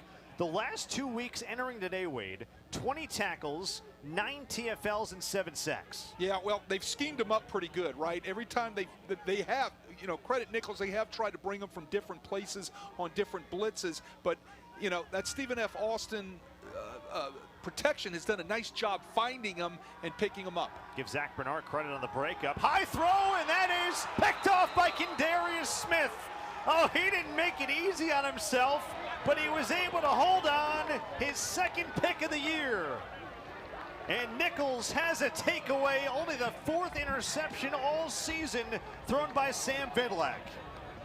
Watch just this juggling catch right here by Smith. How about the concentration? Up, up, up, keep my eyes on it, hit it again, pull it in. How athletic was that? Eye-hand coordination. That is amazing. It's a guy who was a breakup machine up until UIW. He had never had an interception in his career. You add up his time spent at East Mississippi Community College and other stops, and finally he's got a couple of picks now in the last 4 games. McQuaid on first down. That's complete. Christian McNeese. And his forward progress is stopped at the 18-yard line, gain of 7. Another look at Kendarius Smith's 2nd interception of the year. How about Nicholls? 15 as a team now. Wow, look at that. Hits it with his right hand, hits it with his left hand. That could be grabs it right. That could be a top 10 play on SportsCenter. Absolutely. How about the fingertip interception? 2nd and 3. Guggenheim to the ground. And he falls forward for first down, gain of 6. Is that the momentum play for this Nicholls team? You get the turnover. SFA capitalized off every single Nicholls mistake. Can Nicholls now do the same and follow suit? Well, they've got to capitalize off the turnover, but also they're going to have to do it with the running game. They've got to get that running game going again. They've got to get Guggenheim going, get that offensive line back feeling good about itself. They fake it to Guggenheim this time. McQuaid's flushed, and it's incomplete. Hebb was the man in the area, well shy of Terry Matthews. So 2nd and 10 upcoming. This Nicholls passing attack, Wade, has not had a lot of success since those opening couple of drives. How do they get back in gear in that regard? Well, I think the run's going to help the pass, right? I mean, if they can reestablish the running game, it'll open up the play-action passing game and the RPO game that they like to run. I think if they can get the running game going, it's going to help. Well, they go sideline here, and that's kind of been the story of late. Right. Levels again with some great coverage, and it's now 3rd down and long. It just doesn't seem, since McQuaid took that hit back towards the end of the first quarter, that he's been really extremely accurate with, you know, his drop back passing, with trying to throw the ball vertically, those sort of things. That's the reason why, like, to answer your question again, if they can reestablish the running game, that might allow him to be able to find wide open targets, because they're going to bite on the run and they'll make the passing options a little bit easier for him. Well, it's got to be in the pass here, you would think. And we've got a flag pre-snap. Oh boy. Now, are they going to call this on SFA? Nope. No. We'll start number 71, offense. 5-yard penalty. He moved the ball. Talking about Evan Yeah, Roussel. for a moment, I was thinking they were signaling disconcerting signals again, but Well, no, you it's know, a mistake in your center. Well, now I think they only need one more person to get a procedure penalty on that offensive line, right? Look at how he rocked his tail back a little bit to get ready to set his protection. So now you make it 3rd and 15. Again, behind the sticks, off of It's schedule. It's basically been this way since the second quarter. Right. They're only 4 of 12 on 3rd down. SFA rushes 4. Inside give Guggenheim, nowhere to go. Maybe got a good yard and a half. And the punting unit's going to come back out there for Nicholls. And I'll tell you what, if you're the Colonels right now and Tim Rebo, you're awfully concerned because they have had a lot of issues in the punt game today. And the snapping. To say the least. Elijah Reams is the long snapper on punts. Jackson McFarland long snaps on kicks. Well, Reams is in there still. They're not only just having problems there, they're having problems in their shield. Right. And that's really been the main issue rather than just the snap. Protection in the shield, moving in the shield. And another punt coming from Dupree. Gets that one away. Spiraling kick towards Lemberg, who will field it, and he's got a little room to run. Works towards the sideline and tiptoes out of bounds near midfields. So a 10-yard return after only a 39-yard punt. SFA is in business again. Up 21-6 early in the 3rd. Now, Tim Rebo's crew searching for answers. SFA ball at midfield. 3rd time in the last 4 drives, SFA's had the ball at midfield or in Nicholls territory to begin. Sam Vidlak back to work. He's thrown for 3 scores and 200 yards already. Looking for more. Open man is Neighbors. Kendarius Smith was there. Almost a pick. And instead, Neighbors pulled it away from him for a touchdown. You know, I was just thinking through my mind they're going to take a shot right here. I didn't say anything, right? But I was thinking to myself, I said they're going to take a shot right here. And I was about to say it. And then they did it. Well, right? What a play by Neighbors. He caught a 96-yard touchdown pass last week. This isn't quite that, but this is pretty impressive when 2 Colonels were right there, and he just pulled it away from them. Watch the strength in his hands. He takes it and rips it Went right through Smith's hands. Kendarius Smith's hands. Just takes it right away from him. That's 4 touchdown passes now for Vidlak. Campos' extra point is up and through. He's now made 82 straight point afters, and Vidlak has now thrown for 4 or more touchdowns for the 4th time this year. 28 unanswered for SFA, and they're up big here in the 3rd in Thibodaux. Neighbors with a 50-yard touchdown grab that he took away from Kendarius Smith. He's had 6 touchdown receptions now this year, covering 267 yards. That's an average of about 45 yards per touchdown catch. Number 4 in the FCS. Kick goes into the end zone. Touchback ball to the 25 for Nicholls. Yeah, he's a big play guy, right? He had the 97-yard, the 97-yard pass last week, which was a Stephen F. Austin record for the longest. Second longest. Second longest in their football history. He makes just huge plays. It's like if it's anything under 40 yards, I don't want to make the play, right? It's like the most interesting man in the world. Oh, there you go. I don't always score touchdowns. When I do, they're 50 plus. Correct.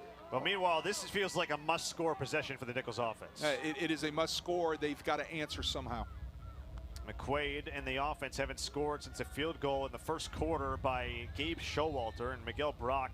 Not a whole lot of room to run. So the run game has now gotten sniffed at a little bit. The pass game, basically since the second quarter on, we haven't seen much success at all. They got to find a way to get this thing in gear. Yeah, well, it starts up front with the run game. Those guys up front in the red jerseys are got to get back to what they were doing in the first 2 or 3 series of this game in the first quarter. Only a gain of a yard, 2nd and 9. McQuaid, screen pass, Miguel Brock, room to run sideline. And he's out of bounds into SFA territory. Let's see if they spot him short. Yeah, he stepped out actually at the 49-yard line. So give him a gain of about 24. Well, he's one of the guys you're going to have to get the ball into the hands of. They're going to up-tempo here a little bit and look at the urgency. McQuaid could be drawn. I'm not sure how many of those you want to be doing after the hit he took earlier. I mean, Miguel Brock can be your electrifying spark that can get you back into this game right now, right? I mean, so somehow, some way, get him the ball out on the flank, out into the open areas, out into open field, and let him do his thing. Yeah, I mentioned there's only 3 guys who average more yards per touchdown than Jordan Neighbors in the country. Miguel Brock's number 1, 50.2 per touchdown. 5 gone, third quarter. McQuaid, screen pass, there's Miguel Brock again on cue. Look at his shiftiness, look at his elusiveness, and he's inside the 40 with another first down. You get the ball in his hands and good things happen. Man, is he fun to watch, huh? 13 more yards there. Can't catch him in a phone booth. He's got 5 catches now. If you can find a phone booth. Yeah, there you go. 5 catches for 63. Nicholls in the SFA territory just like that at the 39. And McQuaid will check it at the line of scrimmage. Miguel Brock came in averaging about 91 scrimmage yards a game. He's already surpassed that today with 103. Here's Guggenheim. And now he starts to find a seam to run. That's what the short passing game does, Wade. You just hit upon it, hit on a couple of screens, opens up a run game, and they gain 8 yards, call it 7 on first down. It's complementary, right? I mean, both help each other, so you got to get both of them going somehow. You don't need the home runs right now. You're going to have to just get some consistency and some complementary things happening. Guggenheim, and he is pulled down after a gain that will result in a first down. He got 3, he got just enough. Yeah, Josiah Cotton comes from the backside and pulls him down. I think Jaheim Mullen got in there as well. So good job by Guggenheim. Nicholls continuing to march it down the field. Again, they have not put the ball in the end zone yet today. Just 2 field goals resulting in their 6 points in the first quarter. Off play action. McQuaid steps up again. He's been a little bit quicker to run today than we've seen him in past weeks. And part of that is you take a shot, you throw an interception, and things set in a little bit. You hear footsteps, but been times where maybe he could have sat in the pocket a little more. Yeah, but you got to credit that Stephen F. Austin secondary. They've really stepped up since the first quarter in their coverage, and you know, everything's covered up, so he's tucking that ball and taking off. What, like you said just a minute ago, you just don't want to see too much of that because of that shot he took earlier in the game. A part of it too is Charles Demings is a pro prospect in corners, taking away Terry Matthews. They're going for Matthews here, and incomplete. I mean, that's basically what Demings has done the entire game against Matthews, a guy who last week career high 94 receiving yards and 8 catches. He's only got 2 today for 16. Yeah, they say, we're talking about NFL scouts, say he has all of the things that add up to being an NFL prospect out there on the edge as a corner. And how about this? His only Division I offer out of high school, right here at Stephen F. Austin. There you go. Division II offers from West Texas A&M and Pittsburgh State and UT right. Permian Basin. They know a thing or two about guys going under the radar. Xavier Gibson is now in the Jets. Same kind of thing for him. Slant caught McNeese, and that is going to be just shy of the 20 and about a half-yard shy of a first down. Now there's an injured Colonel down on the offensive line, and that's Samaj Scott. Samaj Scott, right. That completion right there will do a lot for Pat McQuaid's confidence, right? And there's no question that Nicholls will be going for it, you think, here on 4th and 1 down by 3 scores. Yeah. Well, meanwhile, Samaj Scott, right. I mean, you can't, you're Tim Rebo right now, you already are without Lee Negrado, and we talked about how important he is in the pass game and the block game as a tight end. You're without Reed Lambert, your right tackle. Samaj Scott's your left tackle. I mean, the injury bug, unfortunately, has really hit Nicholls in a big way, especially on the offensive line over these last couple weeks. Yeah, they'll be shifting people around again, moving somebody out to the tackle position. They're working on his left ankle. Good to see him to his feet, and at least not putting a ton of weight on that left leg, but he'll jog off under his own power. Yeah, that's a good sign. So we'll keep an eye on that offensive line. Meanwhile, you got a 4th down and a yard. It's really about 4th down and half a yard. Nicholls tried on 4th and 1 back in the second quarter, Wade. That changed everything. Ever since they missed on that 4th down, SFA has scored the 28 unanswered points. Yeah, they've got to get this one here. That's a great point. That was the turning point in this football game for the Lumberjacks. Nicholls for the season has struggled on 4th down. They're just 6 for 18 after the miss earlier. Handoff. No, they faked the handoff to Guggenheim. Open man is Corey Warren Jr. And he's got a 1st down. So they faked me out of my shoes. And a great play call there by Rob Christoffel, the Nicholls OC. And a 1st down for the Colonels. They convert on 4th down. Run complements pass, pass complements run, especially on play action.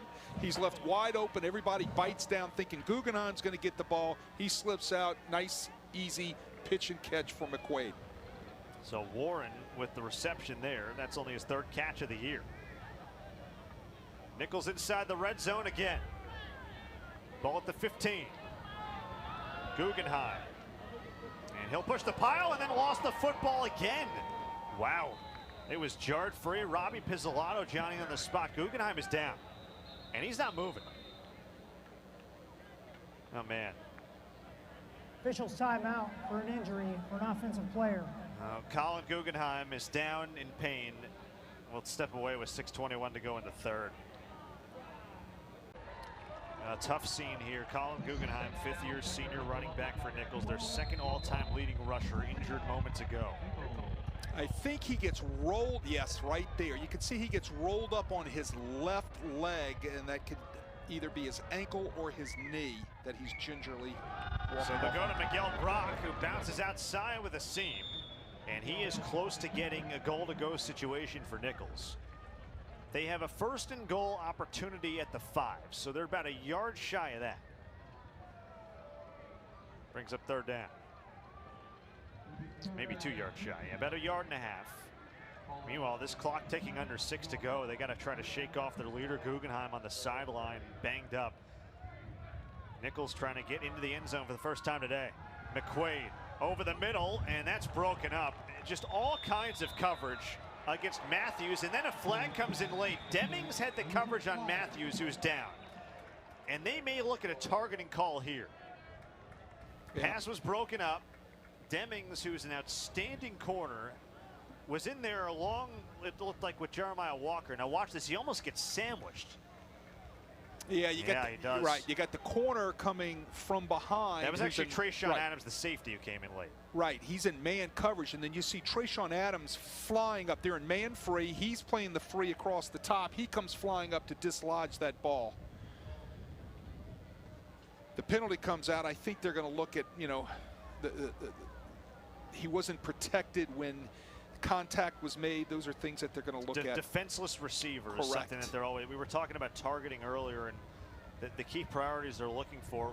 Wade made a really good point earlier, mentioning the forcible contact with the head or neck area, lead with the crown, but a defenseless player is something they really value, and looks like they're going to stop play to look foul, targeting, number 15, defense.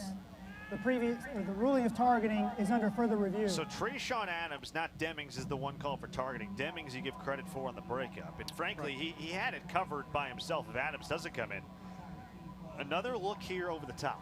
You can see Trayshawn Adams right here in his free safety position come in, and you can see the contact at the neck and the head area with his right shoulder pad. I'll tell you what, he gets part of Demings as well. Yes. Obviously, Matthews got the brunt of it. Watch his right shoulder pad right underneath the face mask around the neck and ear hole area. Now this is different from what the play we had earlier was a situation with a running back where, you know, you're not talking about a running back is not a defenseless player when he's got the football and he's carrying it forward for 5 or 6 yards the way we were talking, I believe, about Jenkins earlier. But this obviously a situation where wide receiver is defenseless until he's got the football in his hands. Yeah, one more look at it right here. You can see how he brings his shoulder pad and forearm up to the neck and the head area. And, you know, everywhere all across football, they're trying to protect defenseless players. And there's none more than a receiver after a pass is incomplete, and he's just kind of hung out to dry. After further review, there is no foul for targeting. The result of the play is an incomplete pass. 4th down. I mean, they really they've really been careful to not call too many targeting penalties because it is so severe. A guy being kicked out of a game, and obviously in the case here, you're kicked out for the first half of the next one as well. So correct, very punitive. And look, I honestly didn't think that was a targeting there. I think he's just coming in and trying to make a play on the ball, and head shoulder just got in the way from Terry Matthews. Now Wade, you're down 22 points here. A field goal makes this 19. It's still 3 scores. If you're Tim Reba, you got no choice but to go for it. No doubt. You've got to go for it. A 4th down and 2. It's really like 4th down and 1.5 yards. They've got to get the 5. So can Pat McQuaid dial something up? Osby, top of your screen, goes in motion. They fake the handoff to Brock, throw it to Osby, and that's blown up by Charles Demings. It's a loss on the play, and there's a reason why this guy's being looked at as a possible NFL prospect. Turnover on downs for Nicholls, their 2nd today. Yeah, big-time guys make plays in big-time moments, right? And here comes Charles Demings. He is an NFL prospect. That's an NFL play. Big play by a big-time player. The last draft pick for SFA was B.J. Thompson, 2023. He went in the 5th round of the Chiefs. Guy who got a Super Bowl ring in his first year in the NFL. Of course, Xavier Gibson is the player all people know and Nicholls fans know quite well. He had a couple of big touchdowns against them back in 2019, starring for the Jets. But Demings has a chance to very well be the next draft pick for the Lumberjacks. And Colby Carthel's coached a lot of good ones. He couldn't rave about him enough to us. So Vidlak and this SFA offense back to work. And there's never been more of a need for a turnover for the Nicholls defense than right now. Well, yeah, they need the turnover. They need something good to happen for them. So they, how do you do that? You got to make it happen. So, by the way, that last drive for Nicholls, 15 plays, 68 yards away, and they turned it over on downs. Yeah, well, time of possession hasn't been their issue, right? It's been the mistakes that have been made in that first half that result in points. 28 unanswered points orchestrated by this SFA offense, combined with a bunch of help. And we've got a flag here. There has not been a pre-snap penalty today against SFA. Full start. Until now. Number 18, offense. Well, everybody on the Nicholls offensive line has one now, so now they're going to start with the guys in white. One for you and one for you. Eight penalties for 40 on Nicholls. Now just 4 for 30 on SFA. That's been a big difference in this game. I mean, Nicholls so often has had 1st and 15 in this game. Yeah, and you can't operate like that. That just doesn't work. You're not on schedule. Well, here's a chance for this Nicholls defense. SFA backed up. Vidlak throwing. It's high and incomplete. He was looking for Harris. Ethan Lee out in coverage. Yeah, and that's going to bring up 3rd and long. Yeah, that's tough. You can't hang your receiver out to dry. That's a good way to get a rib broken or hip pointer or something like that. And Ethan Lee was bearing down on him, and Williams kind of hang out to dry right there with that ball way above his head. Tommy Rybacky's defense on the season has forced 22 turnovers. Only Mercer has more in the FCS. SFA will run it on 3rd down and long, and a good job by Wembley to get them out of their out of the shadows of their own goalposts and give a little more room for punter Callum Eddings, who's done a nice job today flipping field position. So Nicholls defense does its job. It's just against this SFA team, nation's leader in scoring offense, about 42 per game, you're not going to win with 6 points. No, and time's running, right? And these possessions are going to get limited and limited and limited. You've got to come away with points, namely touchdowns, if you're going to get back in this thing. Eddings has punted 4 times. He's averaging 49 a punt, as long as 55. And this is another good one. Jason Barnes has to run it over, and it's going to roll and roll and roll. He was mispositioned, and Eddings flips the field again to the 21-yard line of Nicholls. I mean, he has done this all day long. That is a 64-yard punt, and that's a mistake in punt return by Jason Barnes Jr. Yes, you just can't let that ball hit the ground like that and roll. I remember a couple weeks ago, Tim Rebo talked to us about the fact that what did they lose, 40-something yards in punt returns? And right. Just kind of the way they handled things. Hidden yardage. It's hidden yardage. Those are, when the ball hits the ground, bad things happen in the punting game. Hidden yardage takes place, and it allows your defense to have a lot of field to their back. Season-long punt for Eddings, who transferred over from McNeese. And now McQuaid in the offense back to work from the 21 on a slant. And that is reeled in by Danye Brooks. So he's gotten a little bit more involved. Again, no Quincy Brown. Nicholls is leading receiver. Terry Matthews has basically been taken pretty much out of the game by Demings and the defense that he's given in coverage. So someone else needs to step up in this receiving corps for the Colonels. Maybe Brooks is the guy. Fourth-year junior from New Orleans. McQuaid, incomplete. Looking for Dufresne. Nicholls sideline wanted a flag, and that's just good coverage from Jeremiah Walker. Yeah, Walker was right there, nice and tight. Might have had his hand on his back a little bit, but I don't think that flag should have been warranted.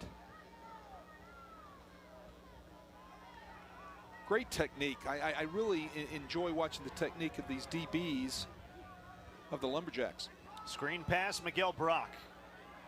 And he hops over a guy. Oh, he went right over the top of Jeremiah Walker for 8 more. Yeah. This guy is fun to watch, but he comes up a little bit lame. Or did he lose a shoe? Hold on a second. He hit a hurdle.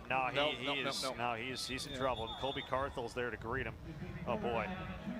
Yeah, it looks like Officials timeout for an injured player. Offense. they're gonna take a look at his leg right away, and that looked like it might have been a cramp. Watch this 110 high hurdle right here. Woo-hoo. There you go. On cue.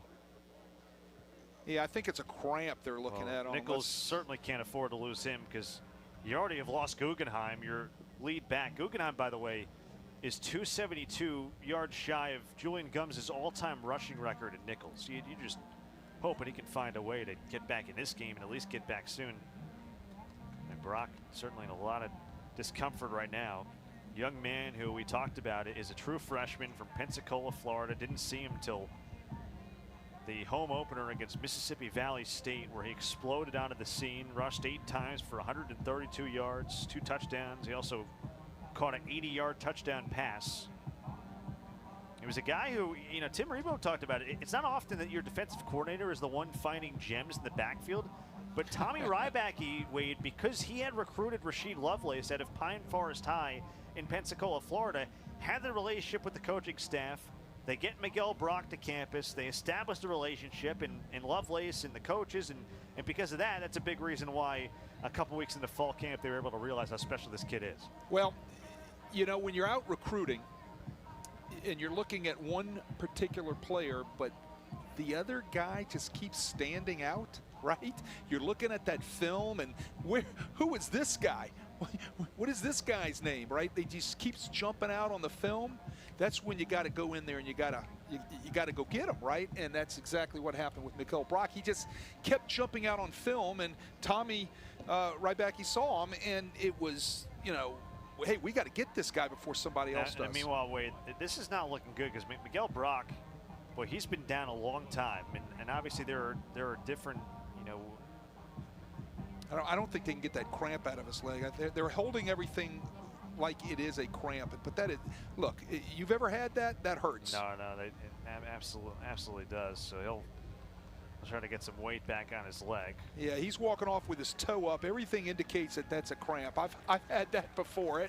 That is extremely painful, especially when it is in your calf. It's another look here. Miguel Brock now has caught 7 passes today for 75 yards. He's rushed it 8 times for 49 yards. So he's already totaled more than 120 yards from scrimmage. I mean, they need him in this game with no Guggenheim. And they're also starting to run into backs here, Wade. I mean, you think about, we haven't talked much today about Jalen Spears because he's been out a while. That's the reigning Southland Player of the Year, who Nicholls has not had for 6 games. Right. It's like a rash that hits you, a rash of injuries. And they've all kind of come in bunches now, and it rains, it pours sometimes in a bad way. So now Corey Warren Jr., you figure, is going to get the bulk of the load at running back. He's a good one out of Pearl River High School. He is. Thrust into a big spot. This is a huge 3rd down and 2. They hand it off to Warren. He's got a seam. And Corey Warren Jr. still moving forward and pulled down near the 40. So they needed 2 yards on third down, and they get 20. Sense of urgency. They need to pick up tempo. And they are. Ball to the 40. Ticking down towards 2 to play in the third. Colonels need to score in the worst way. Down right now by 22. 28 unanswered SFA points if you're just joining us. And SFA running bodies off the field, delaying some clock. That's Jaden Southern, who was off late. It's Warren again. And he breaks a couple more tackles. Aaron Austin tried to wrap him up. It's not enough to just wrap up Corey Warren. You know, he's a different kind of back. 5'10", 225. He's much more of a big guy. You got to really bring him down. Yeah, he's like a fire plug, right? He's a thick dude, and he's thick in the hips, you know, thick in the legs, the thighs, and you're not going to bring him down with your arms. Final 90 seconds of the third quarter. They motion Osby. Off play action, McQuaid. And his pass deflected at the line of scrimmage by Aaron Austin. Yeah, that's the second deflection today. One turned into a pick back in the second quarter. I mean, the passing game has had a lot of issues outside of the screen game, in the quick passing game. I mean, the drop back passing game, I guess, Wade, is what I'm trying to say. Right. Why has it not been success? Do you give it kind of a mixture of the coverage and also the protections? I think it has a combination to do with a lot of things. I think Stephen F. Austin's secondary is really good, okay?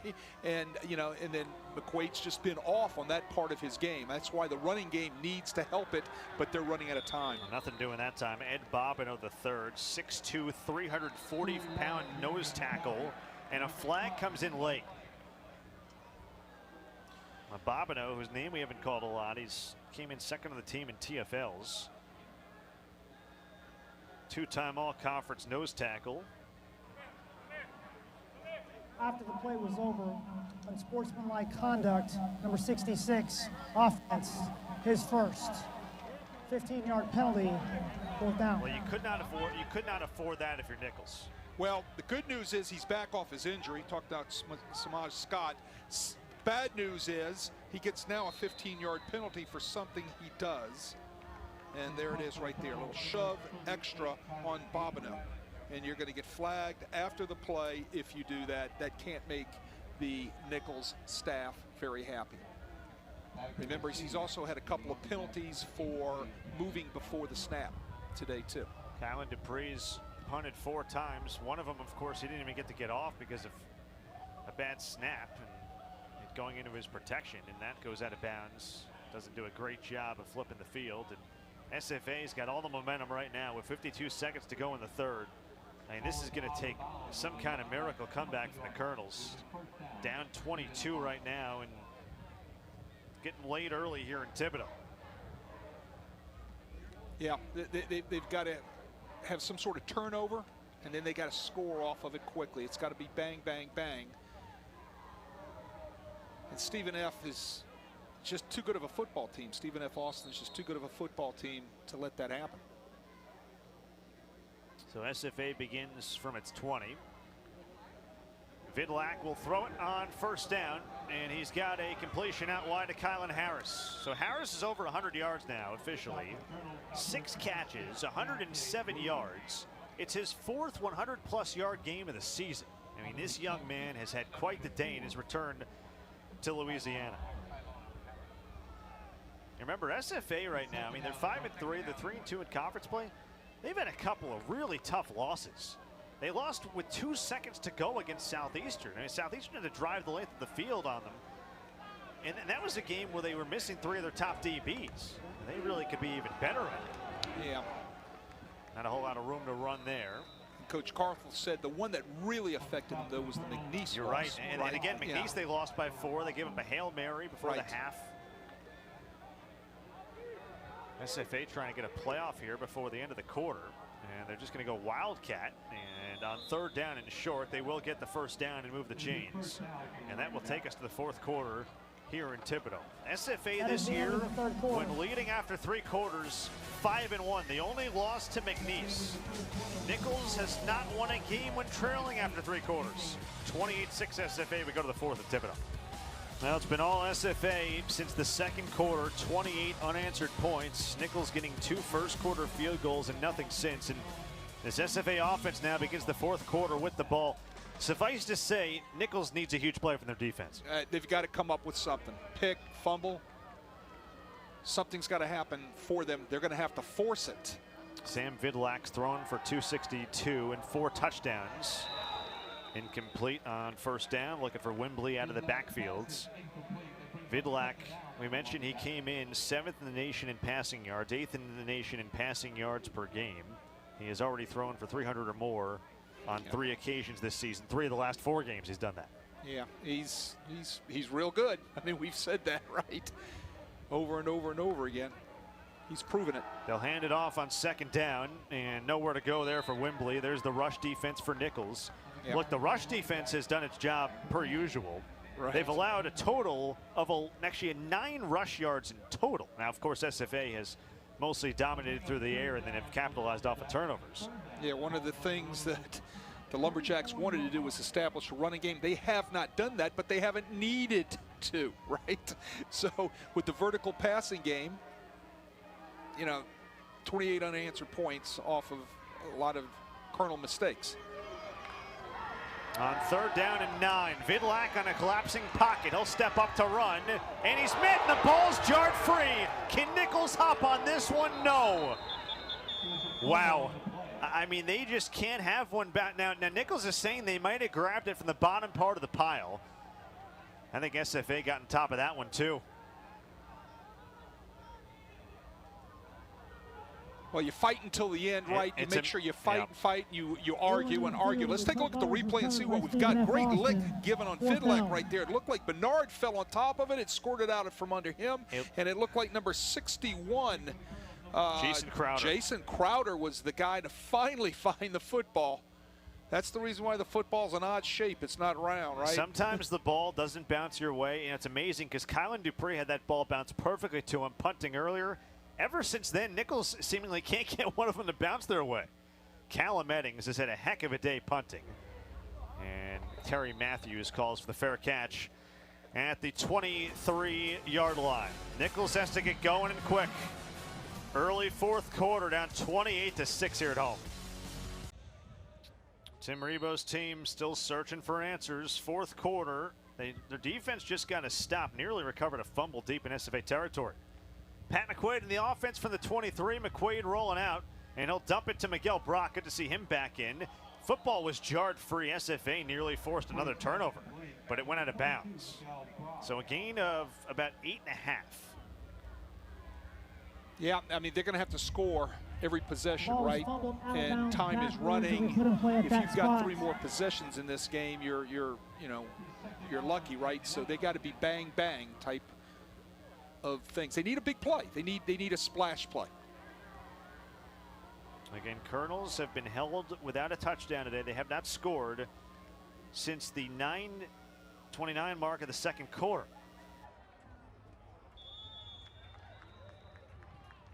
You know, that run defense of Stephen F. Austin has done an admirable job, right? I mean, they've, you know, at times they've given up a couple of nice runs to Guggenheim as well as to Brock inside the tackles, but for the most part inside the tackles, those guys have done a really nice job talking about that front 7. First set of downs. Corey Warren Jr. in the backfield. No Colin Guggenheim on the field still. He was hurt earlier. Good to see Miguel Brock back in that last play. Demings has done a nice job shutting down Terry Matthews, bottom of your screen. And McQuaid's under duress, down he goes. That pressure gets home again. It's a big man that time coming through. That is Caden Turner, redshirt freshman defensive tackle. Not even on the depth chart. Makes a huge play. You know you're pretty good when you're not on the depth chart and you get yourself a sack, right? He's a redshirt freshman, as you said, out of Waco. He gets home, and he had a nice little dance after, too. Put together a heck of a career at Connolly High School, and Nicholls is backed up again. A 10-yard loss, 2nd and 20. McQuaid, and on the different page from Jackson Dufresne, it's kind of been that type of day, trying to sort out the pass game for Nicholls. I think we were talking about it on the break. Demings has shut down his side of the field, right? So that has really, with the injuries to the wide receivers of the Colonels and Deming's able to play Terry Matthews one-on-one on his side of the field, whoever lines up.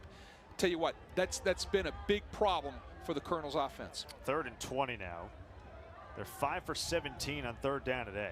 If they can somehow find a way to get, what, 13, 14 yards, Tim Rebo probably goes for it on 4th, but no doubt. You got to get a chunk first. And they'll hand it off to Corey Warren Jr. looking for a little bit of a seam. And Corey Warren Jr. out across the 40. And on cue, they'll have a very good chance to go for it now on 4th down. So they're going to make it 4th down and at a yard. He picks up 19 on 3rd down. Yep, that's a chunk you needed, and they're going to go for it, as you said, on cue. They have to. Look at Warren backdoor this thing. Big man moving, high and tight with the ball. You see how he's holding that ball up there high and tight?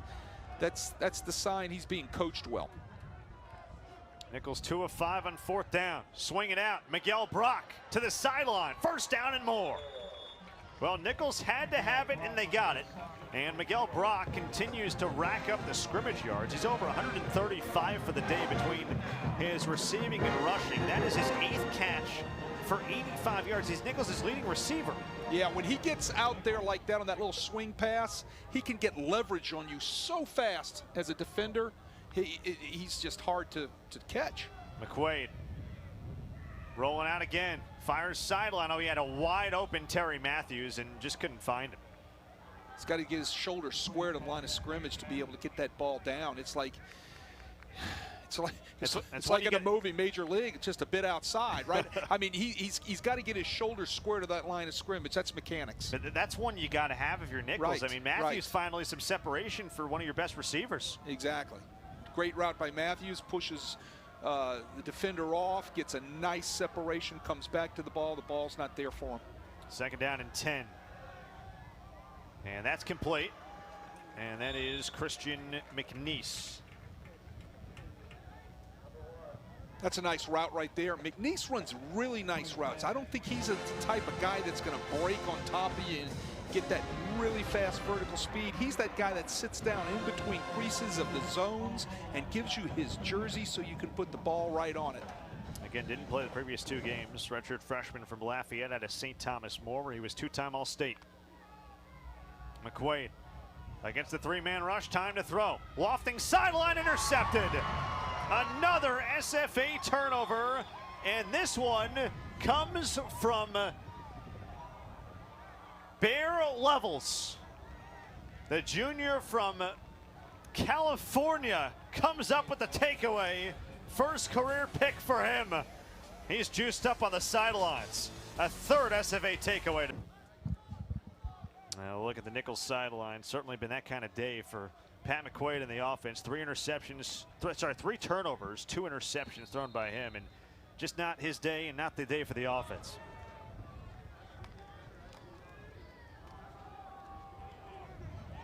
There's a room to run for Wimbley. Actually, that's Anthony Williams. Beg your pardon. Anthony Williams. Nice gain on 1st down, but there's a flag. We've not seen a hold called on either team today. Holding, number 71, offense. Yeah, well, we have now. Yep. Robert Keller. Robert Keller gets the first one. Let's take a look at it off the edge right here. You know, we've seen all types of other calls today, but not a hold. So take a look at 71 right there on your left edge of your screen. Oh, he's got a whole handful of jersey on Villabasa. That's going to get called right out there, right where the umpire can see that. 5th penalty today for 40 yards in SFA. Vidlak going to throw from his end zone. Crosser, incomplete. Boy, are you surprised at all that they're dropping back to pass in that spot? No, not really. Down there, you expect everybody to run the ball out of the back of the end zone, out of the end zone right there. Nice little play action pass. It's a nice little safe pass on wide drag right there. It was just well covered by Ennis, right? I've got no problem with it, and a lot of people, that's a part of their coming out offense, right? What they call from the 10-yard line back coming out of your end zone. Now it should be 2nd down and 30.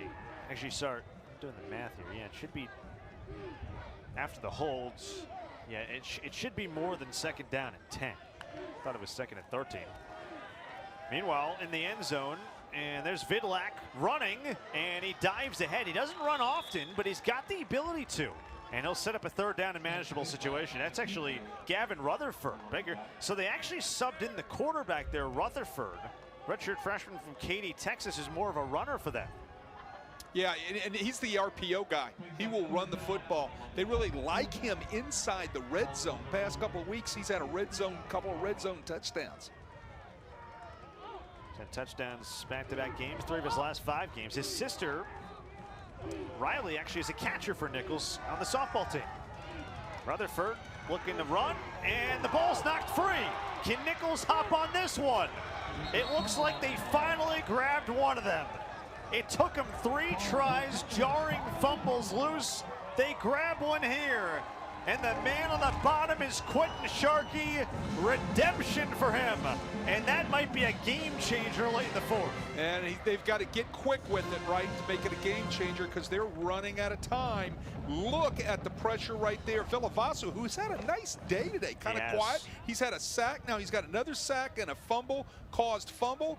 You can see Sharkey right there. Hey, look, I'm going to get this ball because we haven't gotten any other ones. He comes up with the big fumble inside the 15-yard line. So Colonels have 2 takeaways on defense today, 23 for the season. Quentin Sharkey with the fumble recovery, which is his his first of the year. 2 forced fumbles in the career of Villavaso. And now this Nicholls offense. McQuaid, screen pass, Brock, and does a good job to shed the first tackler in Tyler Hutcherson and work forward inside the 10. So Sharkey makes up for the missed fumble recovery. It truly took Nicholls forcing 3 fumbles to finally recover 1. They didn't get the bounce in the first 2. They got that one.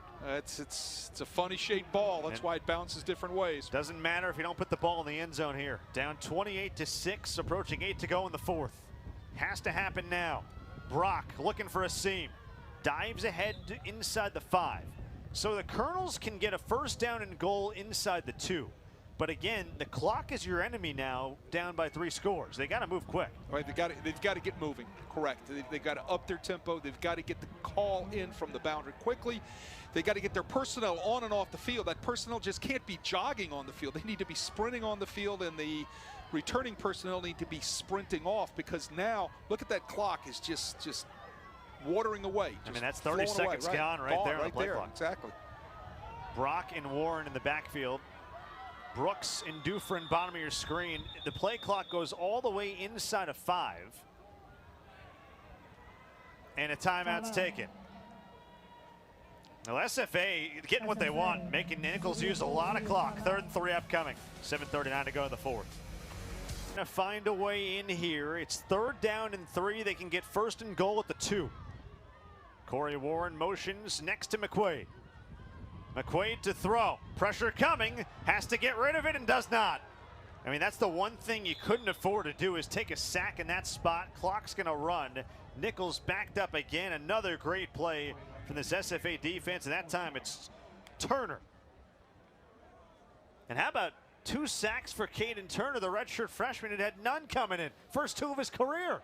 First 2 of his career. Well, they've ran that blitz a few times today, and Nicholls does not have an answer for it. They're showing 8 guys on the line of scrimmage. You pick who's coming, right? 2 are going to drop out. Maybe 1's going to drop out. Maybe all 8 are going to come. What are you going to do? You're going to have to do something with your protection. You got to use full protection or max protection in order to pick up those 8 if they all come. Nicholls now has to burn a timeout, and that's not what you want to do when you're down by 22 points in the 4th. Timeout. But Nicholls, you're also facing the ball game right here. This will be a 30-second timeout. So you've got to get the right play call in there on 4th down and 8 yards. You got to have the right personnel first, and then you got to have the right play call, because, you know, the personnel are going to make the plays. Because you don't score here, it is most likely ball game. Tim Rebo giving a word to the officiating crew. I mean, it's been a tough and frustrating day for him. You know, this is not a guy who loses much here at Guidry Stadium. Tim Rebo, 33-15 at home in his 10 years as Nicholls' head coach. 27-10 in Southland home games. They are 23-5 in Southland home games since the start of 2017.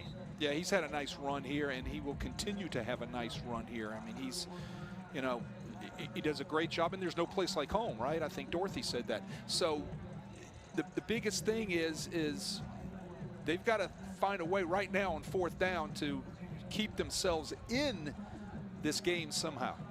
And if they can score, get the first down and score. The 4th and 8. Yeah, they could stay in it. What are you dialing up on 4th and 8? You dial up players, you don't dial up plays. You make sure the players are on the field, the right personnel. I do not see Terry Matthews out there. Traylon Whaley, a tight end, is in. Slot bottom of your screen. They need the 2-yard line to move the chains. McQuaid throws, end zone for Whaley, and a touchdown on cue. It's his 2nd career touchdown. Both catches in his season this year have been for scores. And so Nicholls gets the TD they had to have on 4th down. Watch McQuaid put it right on the number. Scissors route out here in the corner, throws right to the back shoulder, and it is perfectly executed. And the catch was made perfectly by Terrell Whalen. Nicely done, nicely executed. Credit really McQuaid throwing a bullet there. Going for 2. They go for 2. McQuaid rolls, looks, throws, picked off. That's a great read by Jeremiah Walker. Now, that won't go down as an interception on the stat sheet, but McQuaid will want that one back. Tim Rebo giving him a word. So it's 28-12. It's still a 2-possession game. You're still down 2 touchdowns and 2 extra points. Another look at the touchdown from Traylon Whaley. Yeah, let's see if we can see the route out there. That's really a thing of beauty. They run double. They're in twins out there, and they run scissors. One guy quickly out, one guy quickly in. The only place you can throw that is to the back shoulder of Whalen, and that's exactly what McQuaid does. Nice route, nice execution, nice throw. Well, Nicholls is back within 2 scores. It could be a whole lot different game if not for a bunch of miscues in this game. Kylan Dupree got away with this one in the first quarter, but after that, Wade, it has been downhill from there. The miscue in punt coverage, the blocked punt from Diego Benson. Then you get the miscue on the snap that hits the protection. Yeah, struggling with the punting game. They've been doing that the past couple of weeks. You know, my goodness, it's just, you know, one thing after the other. But credit Stephen F. Austin scoring points off these miscues. Now, does Nicholls try for an onside kick here? Yes. 6:47. I guess the answer is an immediate yes. Hans team is out there. Gabe Showalter ready to go. They pop it up. It's knocked free. Nicholls a chance to hop on it. They do. It's Jake Delmato. So Delmato, who's the 2-time reigning Southland Defensive Player of the Week, gets a huge play on special teams. The Colonels recover an onside kick, and in the blink of an eye, this game is flipped again. Excellent kick. It takes the pop up right at the correct time after 10 yards. The rule of a free kick, and Delmato finds the football. The Colonels are still in this thing if they can get back on the board real fast. And Griffin Edwards just got blown up. So now Nicholls' offense back to work. 28-12, 6:45 to go. Colonels have a couple timeouts. McQuaid looking sideline and knocked away from Dufresne. Oh, he had him and couldn't hold on. 2nd down. Wow, I am impressed with Demings, right? He's been amazing. Watch what he does with his hands after a sure catch. Watch number 6, everybody. He goes up and rakes the hands. That is what you teach them to do. You always rake the hands right in the middle. Excellent by Demings. That's why he's a pro prospect. McQuaid, pressure comes, down he goes. Can't have that. They get home again with Kai Thomas. Couple sacks for him today. And just what you couldn't take if you're McQuaid and Nicholls. Yeah, and that clock is just melting away. Here comes Kai Thomas. They get him by the ankles right there. Those are the things you can't have. He's been sacked 4 times today. This defense for SFA has added a number of TFLs as well. And the clock is just continuing to run. I mean, the Colonels are burning valuable time. Play clock's already inside at 10. 3rd down, 17. They need the 37. McQuaid, deep out route. Matthews comes back for it. Deming's out there in coverage, and he's pushed out of bounds by Walker. And so they'll make it a manageable 4th down, at least. It'll be 4th down, and pretty similar to the length of the touchdown moments ago. Be 4th down and about 10 to go. Yeah, everywhere's 4-down territory right now for the Colonels. So they get the yardage back that they lost in the sack. Colonels on 4th down today are 4 for 7. Far better than what they had been for the season coming in. They converted just 6 4th downs in their first 8 games. Needing the 37 really to stay alive in this game. Motion man is Johnson. McQuaid steps up, and now he's going to try to run for it. There's just nowhere to go. And that's not even close. And it'll be a 3rd turnover on downs today for the offense. I don't know the thinking there of not trying to at least throw that ball up. Yeah, you got to throw that football no matter what. It was an ideal situation. Everybody's covered downfield. You still got to force the issue because of where you at on, obviously in the score, but look at the time. Yeah, that's something that they'll coach up, I'm sure, tomorrow. And I'll tell you who's played a great game as well as Jermaine Brown, their middle linebacker. He's got an interception. He's got that stop moments ago. And SFA, you figure, is a couple of 1st downs away from melting this clock completely. Now, meanwhile, they still have Rutherford in the game. He's their running quarterback as they try to burn some clock. They had the turnover moments ago. On the last drive, they drop it again. Nicholls got it again. You got to be kidding me. It's Alex Villavaso. Again. Back-to-back fumble recoveries for the Colonels. Villavaso's been right in the middle of every bit of it. Villavaso, like we said, has had a nice day, a quiet, nice day. Couple of sacks, couple of fumble calls, and now a fumble recovery. You ever seen anything like these last few possessions, Wade? No, not really. I mean, this is just wild. It's just dropping the ball here, dropping the ball there. You know, Rutherford usually a sure-handed guy, right? And he's kind of hanging the ball out off of that zone read. It begs the question why Colby Carthel is not going to Vidal. I understand he's your running quarterback. He's been that way, but boy, when you have a fumble one time, you figure maybe you put your veteran quarterback back in. And all of a sudden, Nicholls set up again at the 41 of SFA. They need 2 touchdowns and 2 extra points. McQuaid, all kinds of time, and stepping up just isn't going to get it done. He's tugged down with a great defensive play made in space by Josiah Cotton, the linebacker. Yeah. Just 2nd TFL today for him. I mean, McQuaid's going to get rid of the football. Right, credit that Lumberjack secondary, Jack. I mean, these guys they're like glue on them, right? There's nothing but white jerseys playing man with zone across the top, man under zone across the top, rushing 3. 440 and ticking. Right, McQuaid just looking for something. He pumps, he steps up again, he's pulled down again. This defense is relentless. Xavier Potts. Nowhere to go with the ball, Jack. Yeah. Nowhere to go with the ball. 2nd sack today for him. Well, it's 6 sacks for the Lumberjacks defense. This secondary has thrown a switch since the 2nd quarter, and it's completely shut down the receiving core of the Colonels, the throwing game of the Colonels. These guys, led by Demings, have done an admirable job all day. By the way, the last sack wasn't registered. That's now 8 sacks for the Lumberjacks defense. They came in with 16 sacks in their first 8 games. They're halfway there today. McQuaid over the middle for Osby, and that could be a flag. It is. Boy, that really felt like the one way Nicholls could maybe catch a break is a flag, and they're going to get it in the form of Trayshawn Adams hitting Osby too early over the middle. Yeah, got there just a tad bit early. Pass interference, 15, defense, 15-yard penalty. So once again, Nicholls has their game saved and maybe their season saved. Yeah, keeps them alive, keeps giving them a heartbeat, right? I mean, again, think about the significance of this. Nicholls already has the conference loss to UIW. You figure UIW probably won't lose more than 1 game if they lose at all. Colonel's not a huge strength of schedule rest of the way. They got to have this one. SFA trying to stay alive for an at-large berth. McQuaid trying to get rid of it. Ball jarred free. Scooped up by Miguel Brock. He'll run down the sideline. Gains yardage. Nearly got a 1st down. The ball has been on the turf literally half the game. And Pat McQuaid is down again. And he lost the helmet again.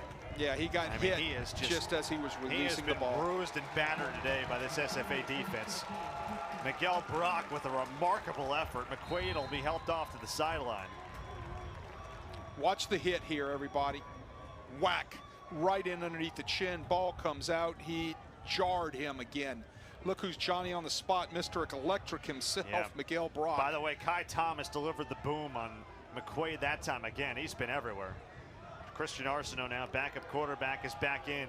They've got to find something. Arsenault nearly tied up, scrambles back right, and he can't break loose of the impending Josiah Cotton.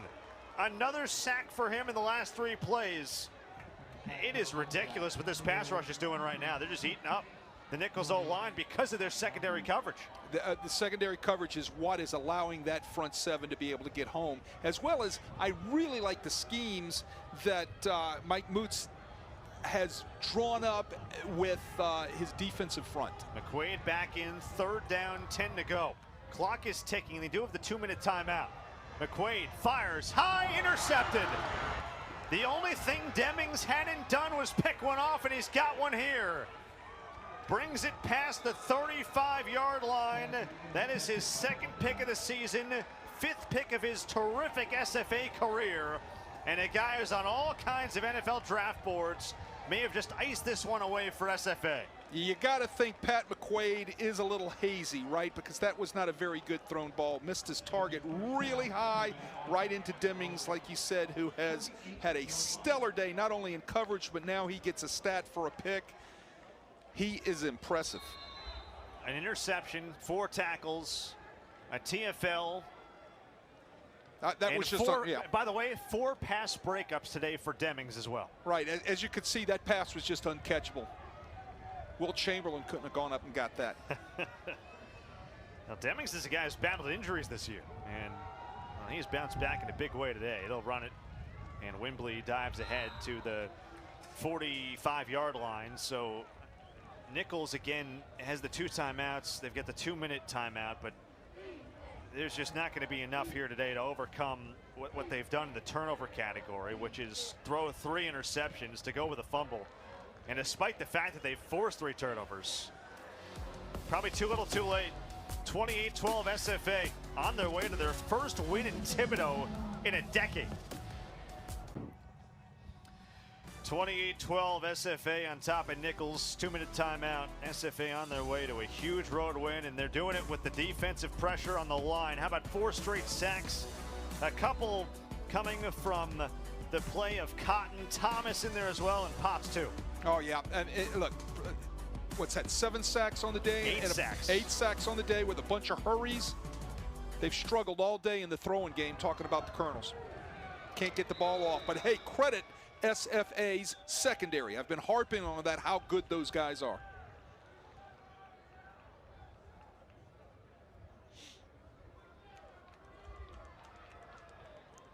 I think Nicholls is just going to choose to let this clock run. I don't see him calling the timeout. They would have called a timeout right there after that 1st down run. Or excuse me, that run right there. You know, SFA's got a new season high in sacks, by the way, with 8 of them. Again, they had 16 in their first 8 games. And they have gotten halfway there today. They're got to be close to a school record for single game sacks as well. Rutherford has had trouble with a couple of snaps. Hands the ball off here to Wembley. We've got a flag and a whistle. Actually, just a whistle, no flag. Timeout. I think they've called a timeout. SFA, their 2nd charge timeout of the half. This will be a 30-second timeout. So with a minute 21, they take a timeout.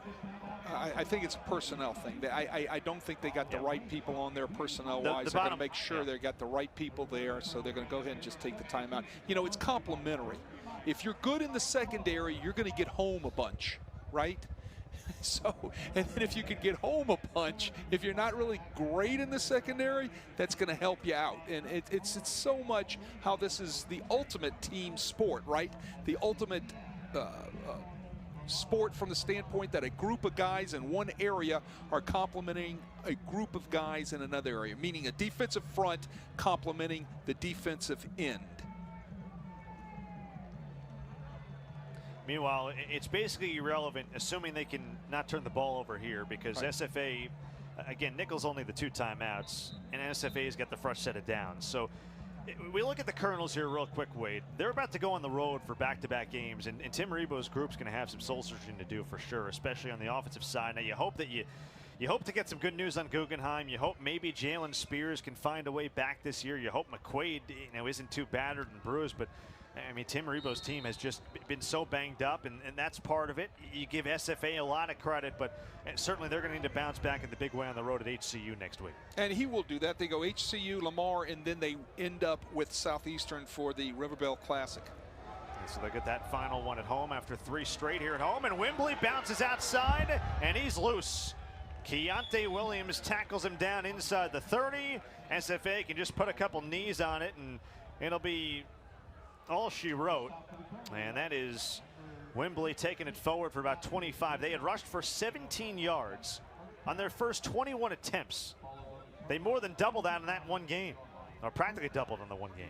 Well, they came in wanting to run the football, and Nicholls shut it down, right? It was the vertical passing game off the mistakes, as we have said numerous times, that, obviously got them to, put up 28 points that were unanswered there for a while, right? So, the running game hasn't been a factor, but the vertical passing game is what has been the stake in the back of Nicholls. Well, these two teams who meet today, they met today for the first time since 2019. Of course, SFA leaving the Southland and going to the WAC, and then the United Athletic Conference returning this year.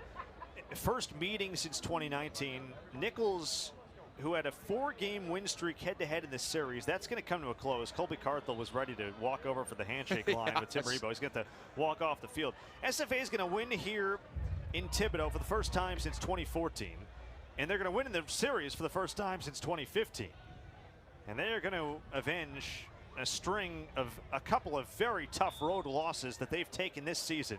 They're going to get a gigantic road win in a very tough place to play. First home loss for Nicholls. And the SFA Lumberjacks have now won 5 of their last 6. They are 6-3 overall. They are 4-2 in the Southland, with 2 top 20 dates still left on Colby Carthel's team schedule. They are very much alive for an at-large berth for the FCS playoffs. Absolutely. A good picture of 2 very well-respected coaches in the Southland Conference right there, talking the huge amount of respect for each of them that they have for both. Impressive stuff today. Enjoyed it with you, partner. That'll do it for us. For my partner, Wade Kaiser, and our terrific crew led by Jeff Schneider, Jack Benjamin saying so long from John L. Goodrich Stadium. Final score today, SFA 28, Nicholls 12. All games airing on the ESPN networks are streaming live and archived on the ESPN app. This has been a presentation of ESPN. SFA gets a huge road win. They stopped the 4-game skid against Nicholls in the series, and their first win here in Thibodaux since 2014.